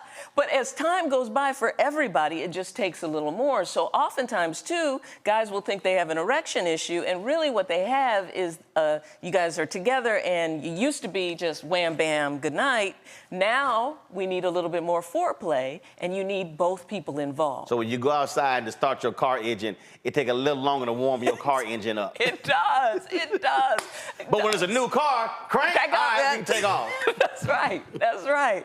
And so the goal then is to prevent people from needing to get a new car every time they want to get turned on. Instead, we want to make it so that they can get turned on with their same old car, So there was something, and this is so hilarious. So after seeing your video, every time I look at mouthwash on my counter. Oh, yes. I think of you every time. Oh, good. And it was a trip. I had never heard somebody say, don't use mouthwash because it impacts nitric oxide. Yes. Explain that. So, perfect. I'm so glad you brought this up. So, we have two ways we produce nitric oxide. Now, nitric oxide is what we need to expand blood vessels.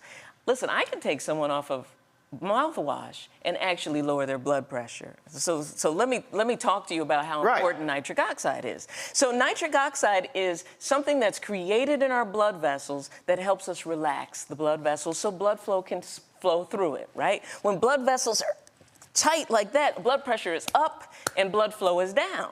So what happens with mouthwash wipes out one of our body's ways of producing nitric oxide. Because if you notice, as I said, as we age, our ability to produce nitric oxide in those blood vessels goes down.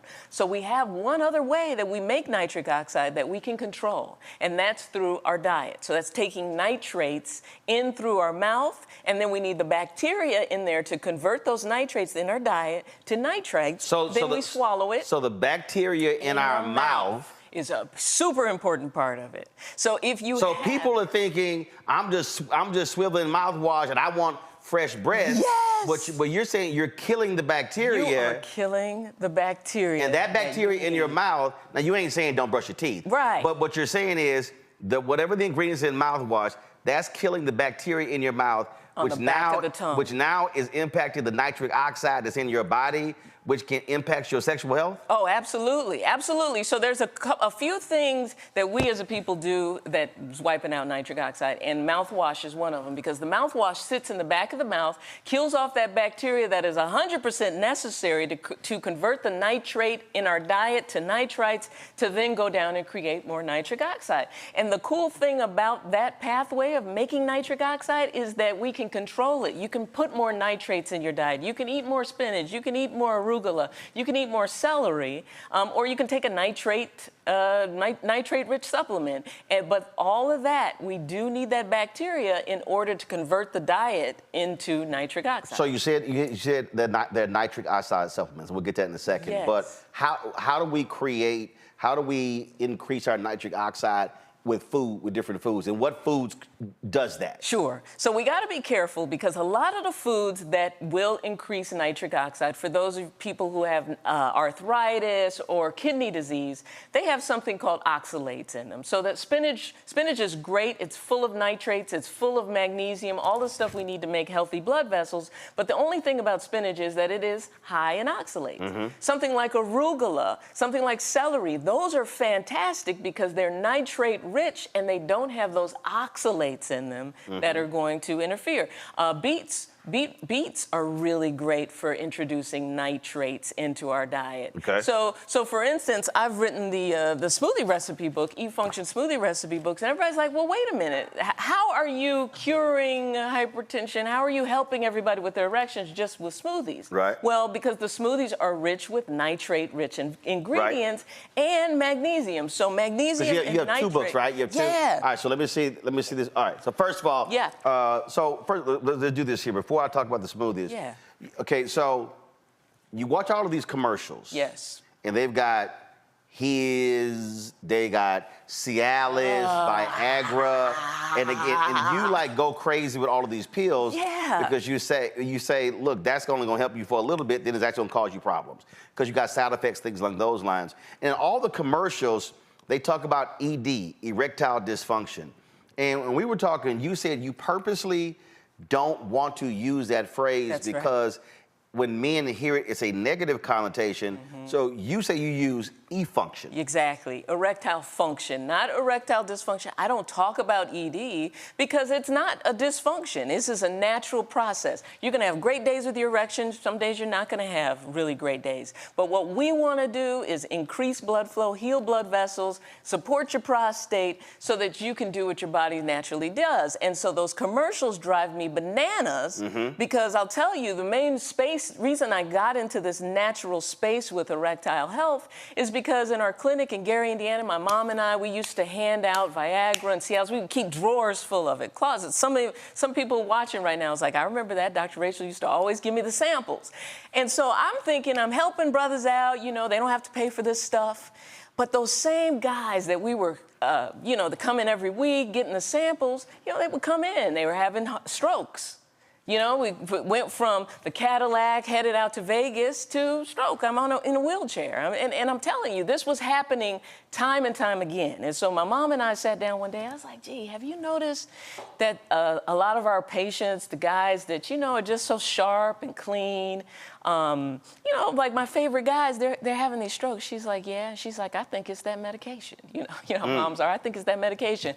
And so behind diseased blood vessels to the erection are diseased blood vessels to the heart, to the kidneys, and to everything else. So I'm not saying that the medication is causing that because that could get me arrested and targeted and all other things. But I am saying that we do not need to rely on those medications. What you have to do is fix the root cause. Right. They have you log in, you see a doctor, and 15 minutes later, they're shipping you some of that stuff. It's chewable, it's in honey, it's this, it's that, it's killing us, and we need to get off of it. And so my thing is I want to teach guys how to fix the problem, support the prostate, fix the problem so that you don't have to rely on those things. All right, y'all. So I'm about to. I'm just letting y'all know right now. So if y'all got some kids in the room, y'all don't want the kids to hear some of this stuff.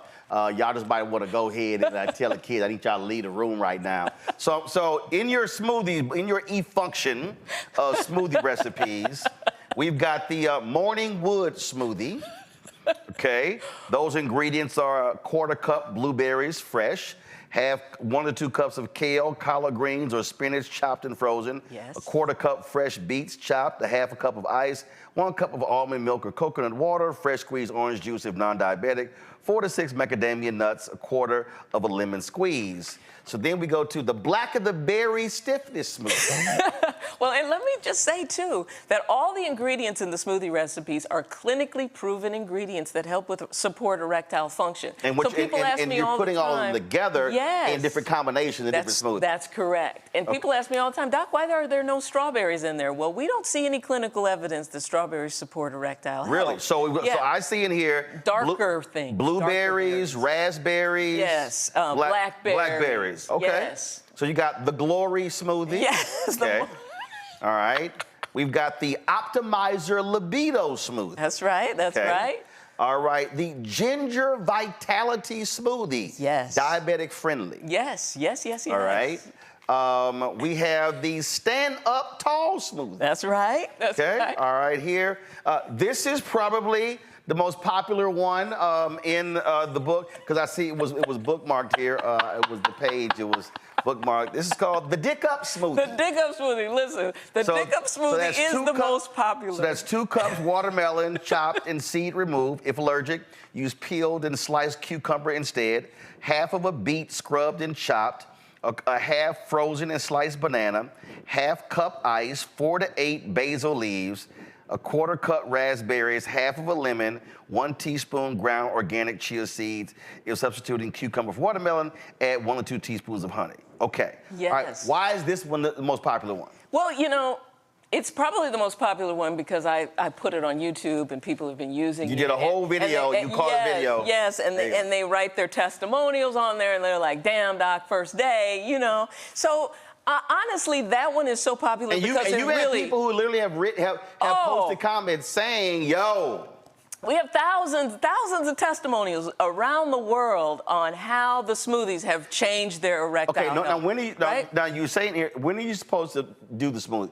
Once a day, twice a day? You are actually supposed to use it as when you're breaking your fast in the morning, you're supposed to use it as your morning meal replacement. So let's say if you're doing a protein shake or a green smoothie, what you're saying is when you get up, make this your first meal. Yes. First. And I tell my guys, really, you know, I'm a fan of intermittent fasting. Got it. That's another conversation for another day. And so to push that first meal out as late as possible and to start the meal with one of the smoothie recipes. All right. So, but do the smoothies only once a day or twice a day? Yeah, they do them once a day. So you'll make one, and actually for some gentlemen it lasts for 2 meals. It might be the breakfast and the lunch. Because with these ingredients, it fills up about 24 or 28 ounces. It does. Right. And so it ends up kind of being 2 servings. So I try to tell y'all. So Doc I was like, all right, Doc, you tripping? All right. So okay.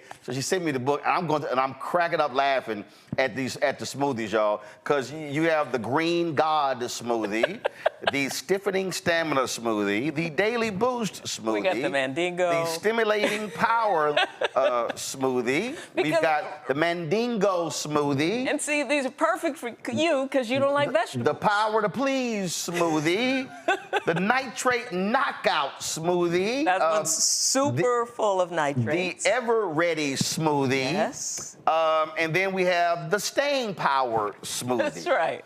And so you got all the citations here. Yeah. And so you spent this time literally looking at all the different combinations and say, okay, here's how we put together this right smoothie. And trying them. So, you know, when you're practicing out in Los Angeles, you know, it's a different environment. Right. You know, smoothies and diets. And the smoothies do work. That. Yeah. I'm just letting y'all know. Because I had to explain to Doc. She's like, this is one serving. I was like, Doc, this is not one serving. I'm like, this is a big ass serving. I'm like, this is like 28 ounces. I said, Doc, that's about 3 damn servings. But go ahead. Well, you're a small eater, you know? No, but I was like, big ass blended all together. I'm like, hold up, 10-inch, 12-ounce cup, 12-ounce cup. I'm like, this ain't one damn smoothie. The best are the guys who are sharing it with their wives, and you know they're like, we both feel much better. All right, so men and women can do these smoothies. Oh, for sure, because remember, the genitalia and the science in all of our bodies is pretty much the same. Just women have more estrogen, guys have more testosterone, what we're all supposed to, and that's the main difference. But actually, embryologically, you know, everybody starts out with the same genitalia. What happens in the womb is the mom gets more testosterone going, and the genitalia becomes a boy's genitalia. Yeah, but none of your titles are targeting women. No. You know, you don't have, you know. Women don't want their stuff to work the same way guys. You don't have the amazing vajayjay smoothie. You ain't got. It's coming though. It's coming. All right. So you did you did 2 books of smoothies? Yes. No. That's the original one. That's the original. That's volume 2 actually, because what I did in volume 2 is I talk about the science behind why it works and why the ingredients are special, because honestly, you know, you get to the point where you're like, okay, I'm smoothied out, Doc. I just want to know what I'm supposed to eat when I go out, or what should I buy at the grocery store. So it's really kind of designed to train you into what you should be eating to keep your erections healthy. And the best part about it is you keep your erection healthy, the rest of you's healthy too. And again, for the people like I said, who like me, who hate vegetables. Yes, this is a way. I remember when J.J. Smith, when she did her green smoothie book, she came on, she was like, Roland, I said, baby, this is the only way I'm gonna eat all them vegetables. I can't stand kale, spinach, all this sort of stuff. I said, but fine, throw some pineapple and something else in that bad boy. Find the raspberries and the beet. I said, fine, we'll go ahead and mix it up. I said, but I can't eat them damn vegetables. was like that. That's the All right, best way. so we were talking about nitric oxide, and then you were talking about how you do it naturally. But you also created your own line of products that's a part of your, like, so what's your institute? What's the actual name of it? So the Dr. Rachael Institute, and really, so the Dr. Rachael Institute kind of started in the space of training sexperts and sexologists. And now we've kind of evolved into the space of, you know, educating people on sexual health, providing sexual health programs for gentlemen particularly, so that we can look at the root cause, help you come with a program and a strategy to kind of fix the root cause to get your erectile health back. And for brothers in general, you know, like I said, I was on the airplane the other day yesterday coming out here, and I look and I see brothers, you know, it's an hour and 15-minute flight, and 3 guys gets up, you know, these are gentlemen over the age of 45, 3 of them got up rushing back to the bathroom. And it hurts because I know that's their prostate. I know it needs to be, you know, addressed. And so, you know, of course I can't be like, hey, I'm Dr. Rachael and I think you have prostate issues, but I want to get the information out there, you know? It hurts to see. So I actually wrote the Prostate Revolution, which I think that all men need to read because it really talks about how the prostate is Revolution, central. the underground guide to flow strong, curb the urge to go and sleep through the night. Yeah. Okay. Because, see, the prostate, and we don't talk about this either, the prostate sits at the base of the erection. Right. So as your prostate starts to grow and enlarge, it's stealing blood flow from your erection. And so it becomes one of the reasons why the erection after 45 starts to be like, well, what's happening? Well, yeah, we got blood flow, but we got the prostate enlarged. And so prostate symptoms are getting up in the middle of the night a bunch of times. So if you're getting up in the middle of the night, that's when testosterone is supposed to be produced. You're not sleeping through the night. You're not healing, your body isn't doing what it needs to do because you got to get up and pee a couple times. So that's a problem. Rushing to the bathroom. So what's throughout the day. So what's normal? If you what is it once in the middle of the night or what's technically, ideally, you should not wake up in the middle of the night to have to go pee because.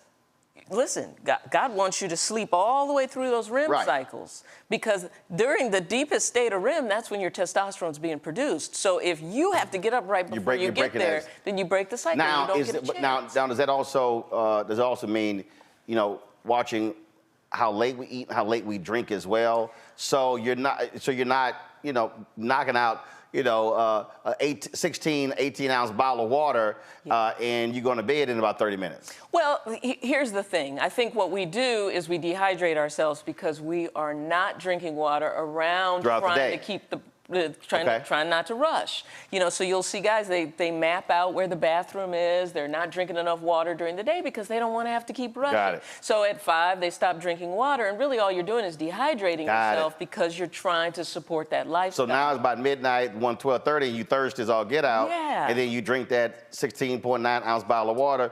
You're going to get up and use the bathroom. That's right. That's right.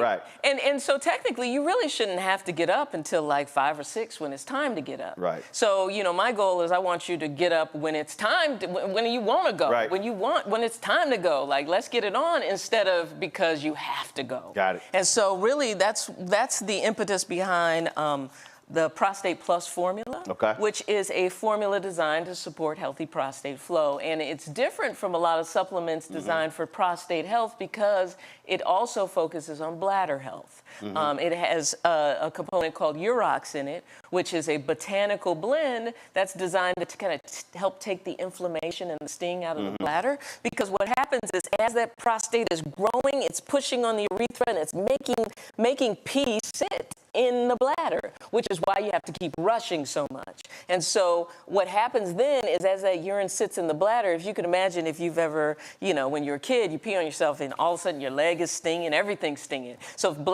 if pee sits too long in the bladder actually starts to get atonic or weak and inflamed. And so that is what propels you to have to keep rushing to the bathroom. I mean, guys are put in there uncles, their dads on it, and writing me letters like, Doc, thank you so much for making this. And honestly, with supplements, it is against the law for me to have a supplement that works better than a medication. It's just, you're just not supposed to do it. They'll shut you down. Which is crazy. The FDA does not want you to be on vitamins, nothing like that. You have to be on a medication. So I have to be very careful about what I say. And, you know, I've got all these testimonials, and they're like, let's put this out there, Dr. Rachael. Let's put this on social media. I'm like, do not put that on there, because I do not want a target on my head. I've been there. So it's been this amazing journey, because watching my dad with the prostate thing, prostate thing has become my thing. And so what I do is anyone who buys the supplement from me, you know, they get the prostate revolution free. All they have to do is ask for it. So you got the prostate supplement. Let me see that. And then if we get the prostate supplement, I brought you this. Your prostate supplement. Yeah. Then you have the nitric oxide. Yes, you have that. Sure. So now the nitric oxide that I recommend is not formulated by me, but we have nitric oxide test strips, because the thing is, you use a test strip to test your saliva to kind of see where your nitrate levels are. So on those strips there, you have light pink to almost white, which means you ain't got much nitric oxide in your body. Your reserves and then you have, like, it's the color of your jacket. Yes, it lights up there. You got strong nitric oxide. Absolutely. And so technically, after you eat a nitrate-rich meal or you drink a smoothie recipe, you should be able to test and be like, oh, I'm depleted. And then after your meal that's nitrate-rich, you should be able to test and be like, oh, okay, my nitrate levels are up. I'm making more nitric oxide. Oh, and I think you said you typically 90 days or so in taking the nitric oxide pills, because you're like, look, it ain't like, your point is, this ain't like you're popping Viagra. Exactly. It ain't like, oh, let me pop in 2, I'm getting into bed. No, this is a regimen that you're building up. No, that's right. And then keep in mind, there's a lot of things that we're doing on a daily basis that's depleting nitric oxide. The number one over-the-counter medication that people take every day, got a little heartburn, I'm gonna take some Prilosec, right? Protonix, what have you. That depletes nitric oxide. So there's so many medications, blood pressure medications, that are actually depleting our levels of nitric oxide, that once I got into the space where I started researching nitric oxide, I'm like, damn, our diuretics, you know, all of these things that traditionally are the first line things that we put our people on are depleting nitric oxide. Wow. So if you don't support your nitric oxide, then what happens is our blood vessels calcify, they become hardened, they're not delivering blood flow the way that they need to, and it's a whole thing. So even Aleve, ibuprofen, all of that actually depletes nitric oxide. Wow. So you have to be very mindful about the extra things that are happening when we take stuff that we just think is just one of them. What are the other 2 books? Yeah. Oh, the other one, From No Sex to Great Sex in 7 Days or Less. This is for my sexless couples who've just kind of gotten into the space of, we don't really have it much, and now that we haven't had it in a while, I don't even know where to start, right? So this is for them. See that? And this one's for our singles. Sexpert Secrets Playbook. Become a sex champ overnight. Become a sex champ overnight. Yes. All right. So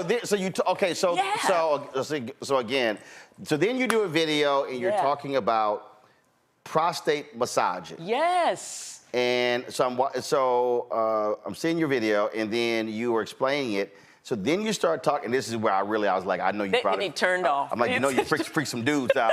They were like, what the hell? Because then you start talking about prostate massaging tools, and so I'm sure you got guys who are thinking, well, you don't come near me with that. Sure. Okay, so explain the science behind massaging the prostate and the role that it plays in sex. Sure. So I want you to think about this too. Like when your back hurts, you got a knot in your back, you just like, damn, babe, can you come massage this for me? Can you just get this knot out? That's why I get that massage. Exactly. It stays in my backpack. I travel, so if I'm on a flight from east to west, I'm not sitting on 5 hours. I'm like, no, we're gonna massage the calves, thighs, all over. It is, yeah, so it doesn't tighten up. And in ancient Chinese cultures, prostate massage was really just part of it. As a matter of fact, physicians back in the day, that used to be what we would do. If a person came in, this was before my time, but if a guy came in and it was clear he had some prostate issues, the physician would actually go in and massage the prostate.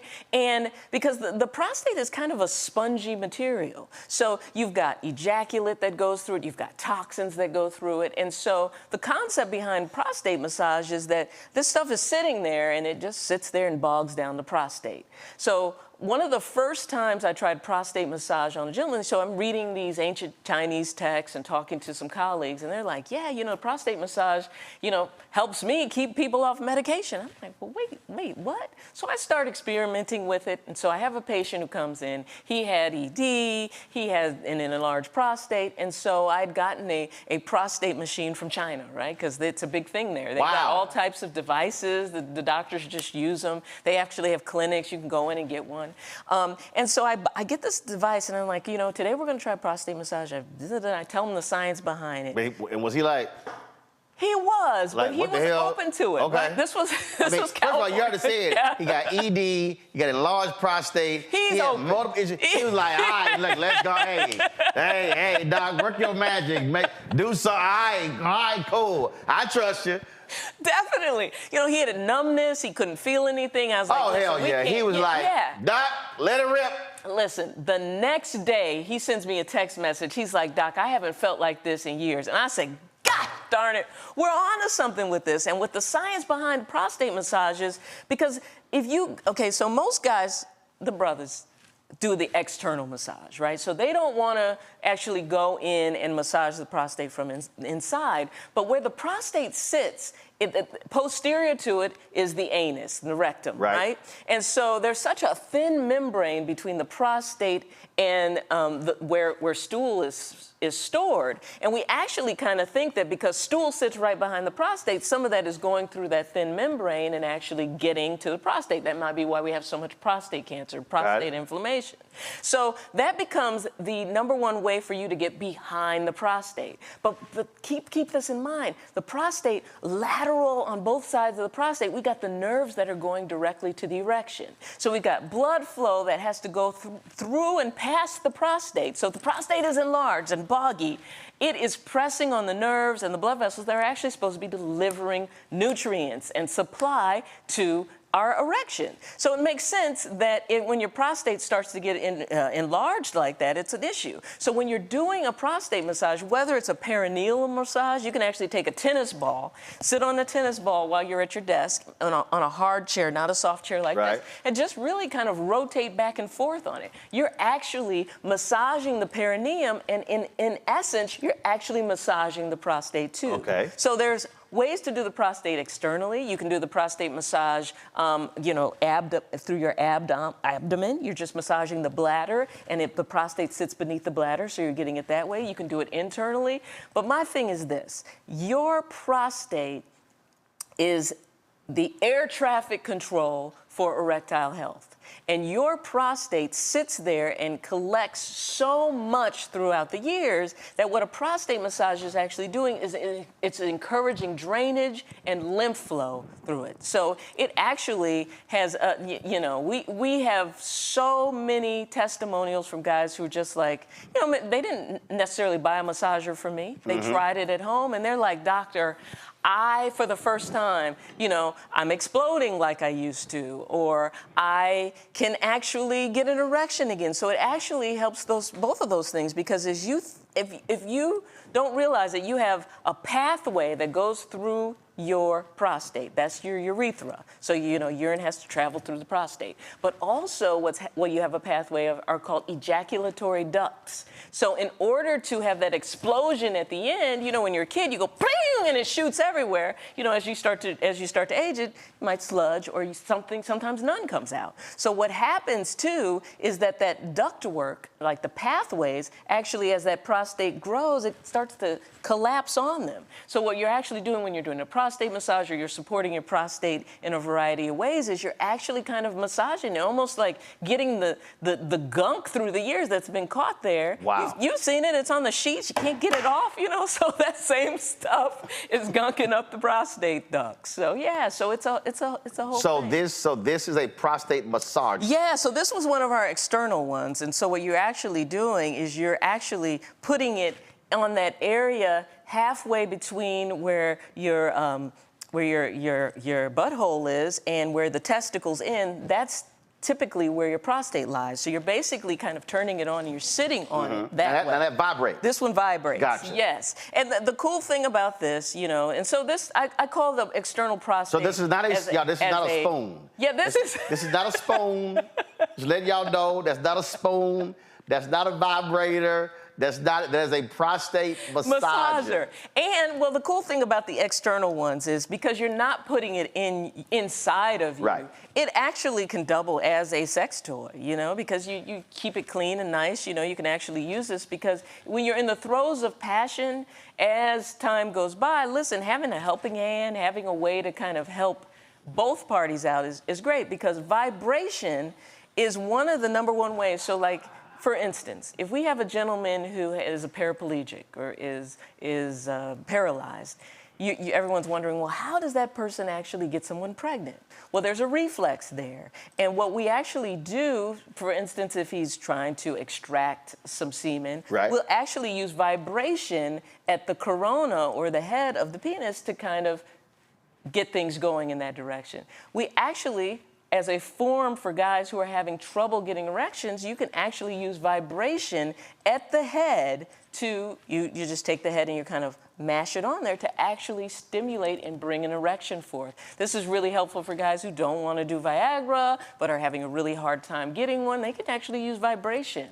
They actually, you know, they make devices, they make sleeves that you can actually put on the corona, send the vibration frequency. It helps stimulate the nerves because as time goes by, in both men and women, there's a decrease in sensitivity. And so sometimes what you need is a rejuvenation of the nerves. I'd say a lot of times, particularly with our diabetics and pre-diabetics, is that there's nerve damage down there. And so one of the things that the prostate massage does is kind of helps rejuvenate and regenerate nerve tissue too. So, all right, so this is going to be the final one. You didn't bring it with you. This is going to be the final one.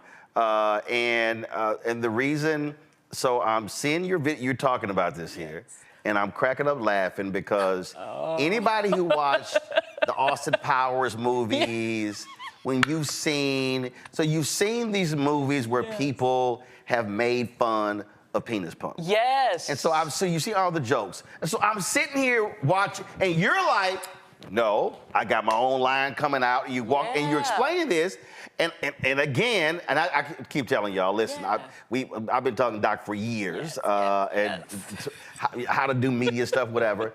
And I was like, and I literally said, Doc, like, please don't. This really worked. Because what you see in popular culture, you see the jokes being made, and you were like, no, this actually works. Yes. Okay, so explain.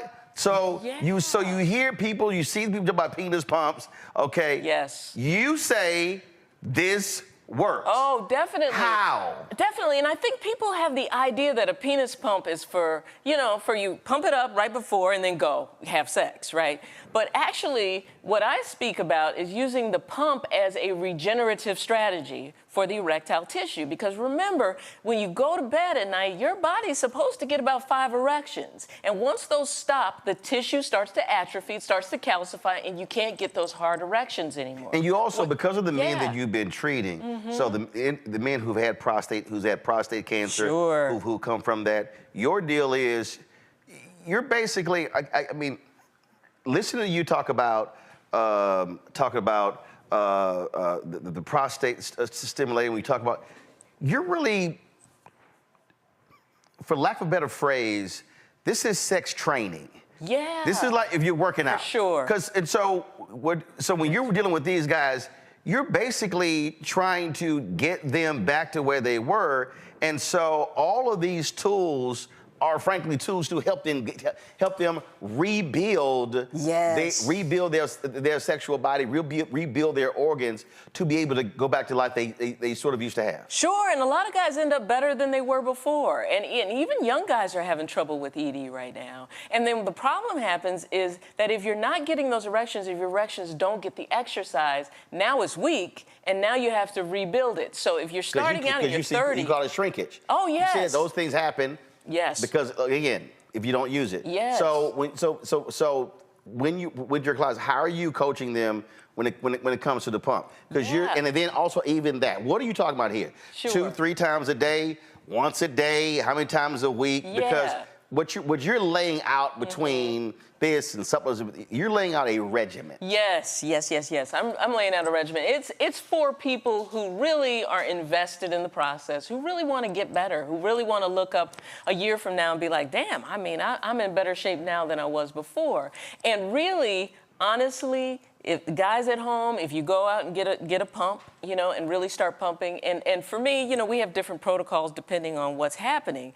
Particularly guys who have sickle cell shouldn't pump, gentlemen who have any bleeding disorders shouldn't pump, and really if you have a question, you know, ask your doctor. Doctors usually don't care if you pump, they just want to give you some Viagra, right? Right. So and your deal is, I'm trying for you not to be on these medications. For sure. Because they have side effects. Yeah, they do have side effects. They have, you know, you can go permanently blind, you can have hearing issues, you can have, you know, I get guys all the time, doc, I have this really bad reflux every time I'm eating. Well, yeah, it's that Cialis you're taking every day. You know, so they do carry side effects. So honestly, when it comes to the pump is about the exercise regimen that comes from it.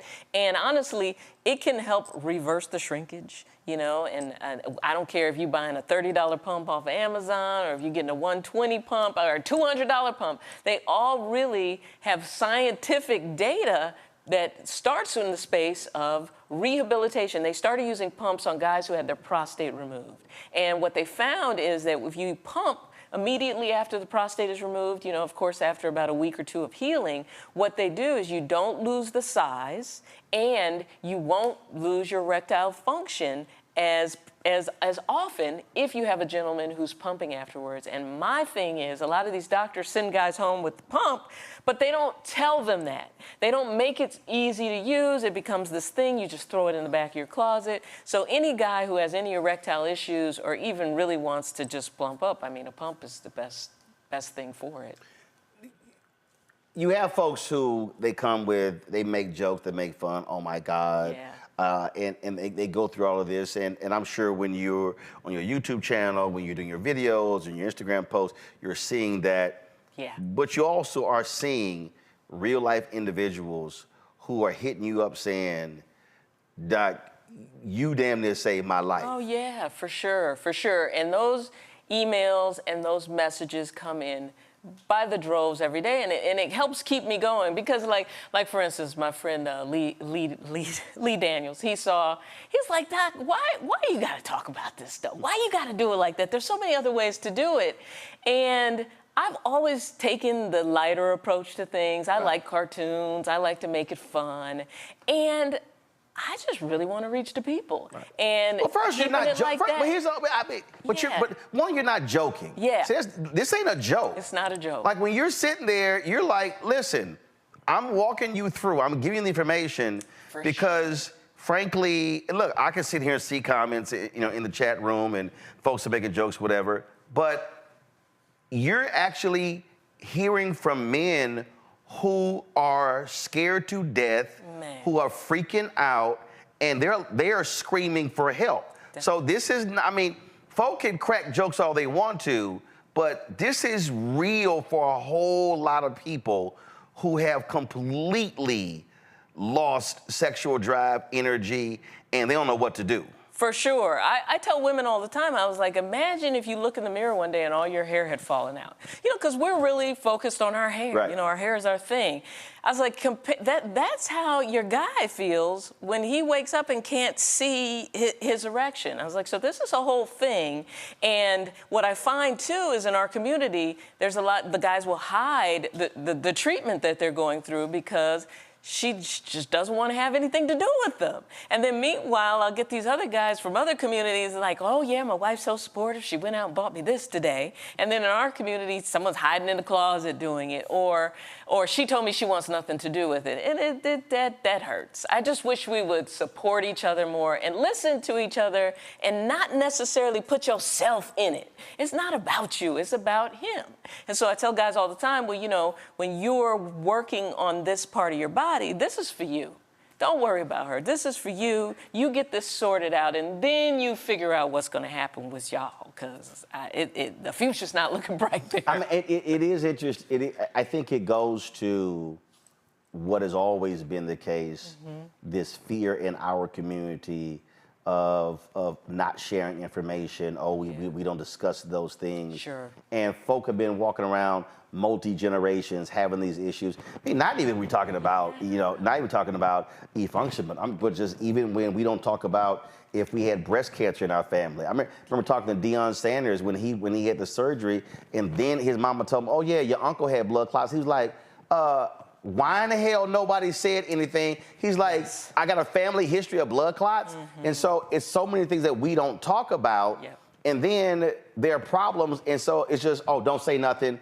Yeah, but you got people who are 5, 10, 15, 20, 30 years living with this, dying and passing away, and they never actually experience a great sex life or just a better life. All those years they suffered silently. That's right.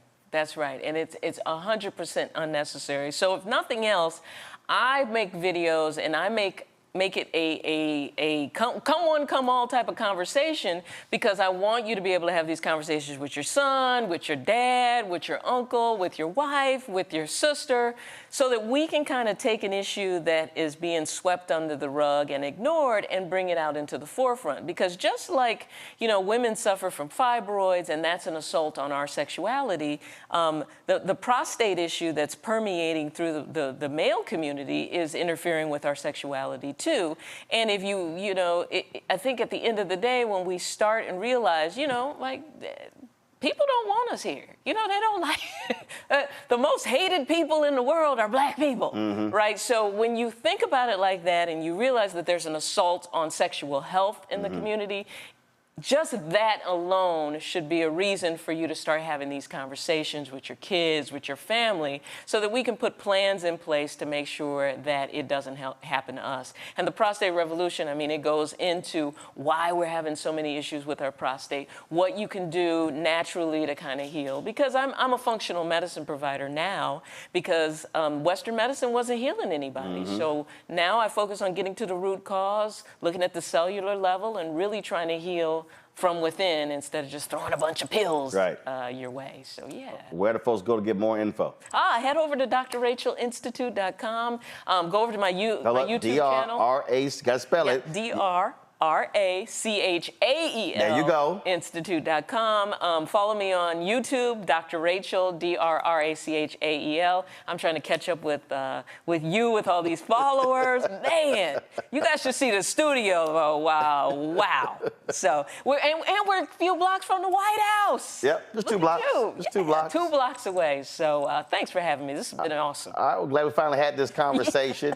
And again, it's all, look, everything for us is about information. And what drives me crazy is that a lot of this stuff we're not discussing in our community. And if it is being discussed, it's not being discussed by people who look like us. That's right. So being able for us to say, no, there are black folks who are in this space, who are trying to help others, who are trying to improve their lives. So we're going to have fitness folks on. We're going to have dietitians on. We're going to have psychologists and folks on. So we talk about mind, body, spirit. That's right. This is a part of mind, body, spirit. For sure. Yeah, absolutely. Doc, appreciate it. All right, it's a pleasure. All right, folks, that is it for us. We appreciate all of you who have joined us for today.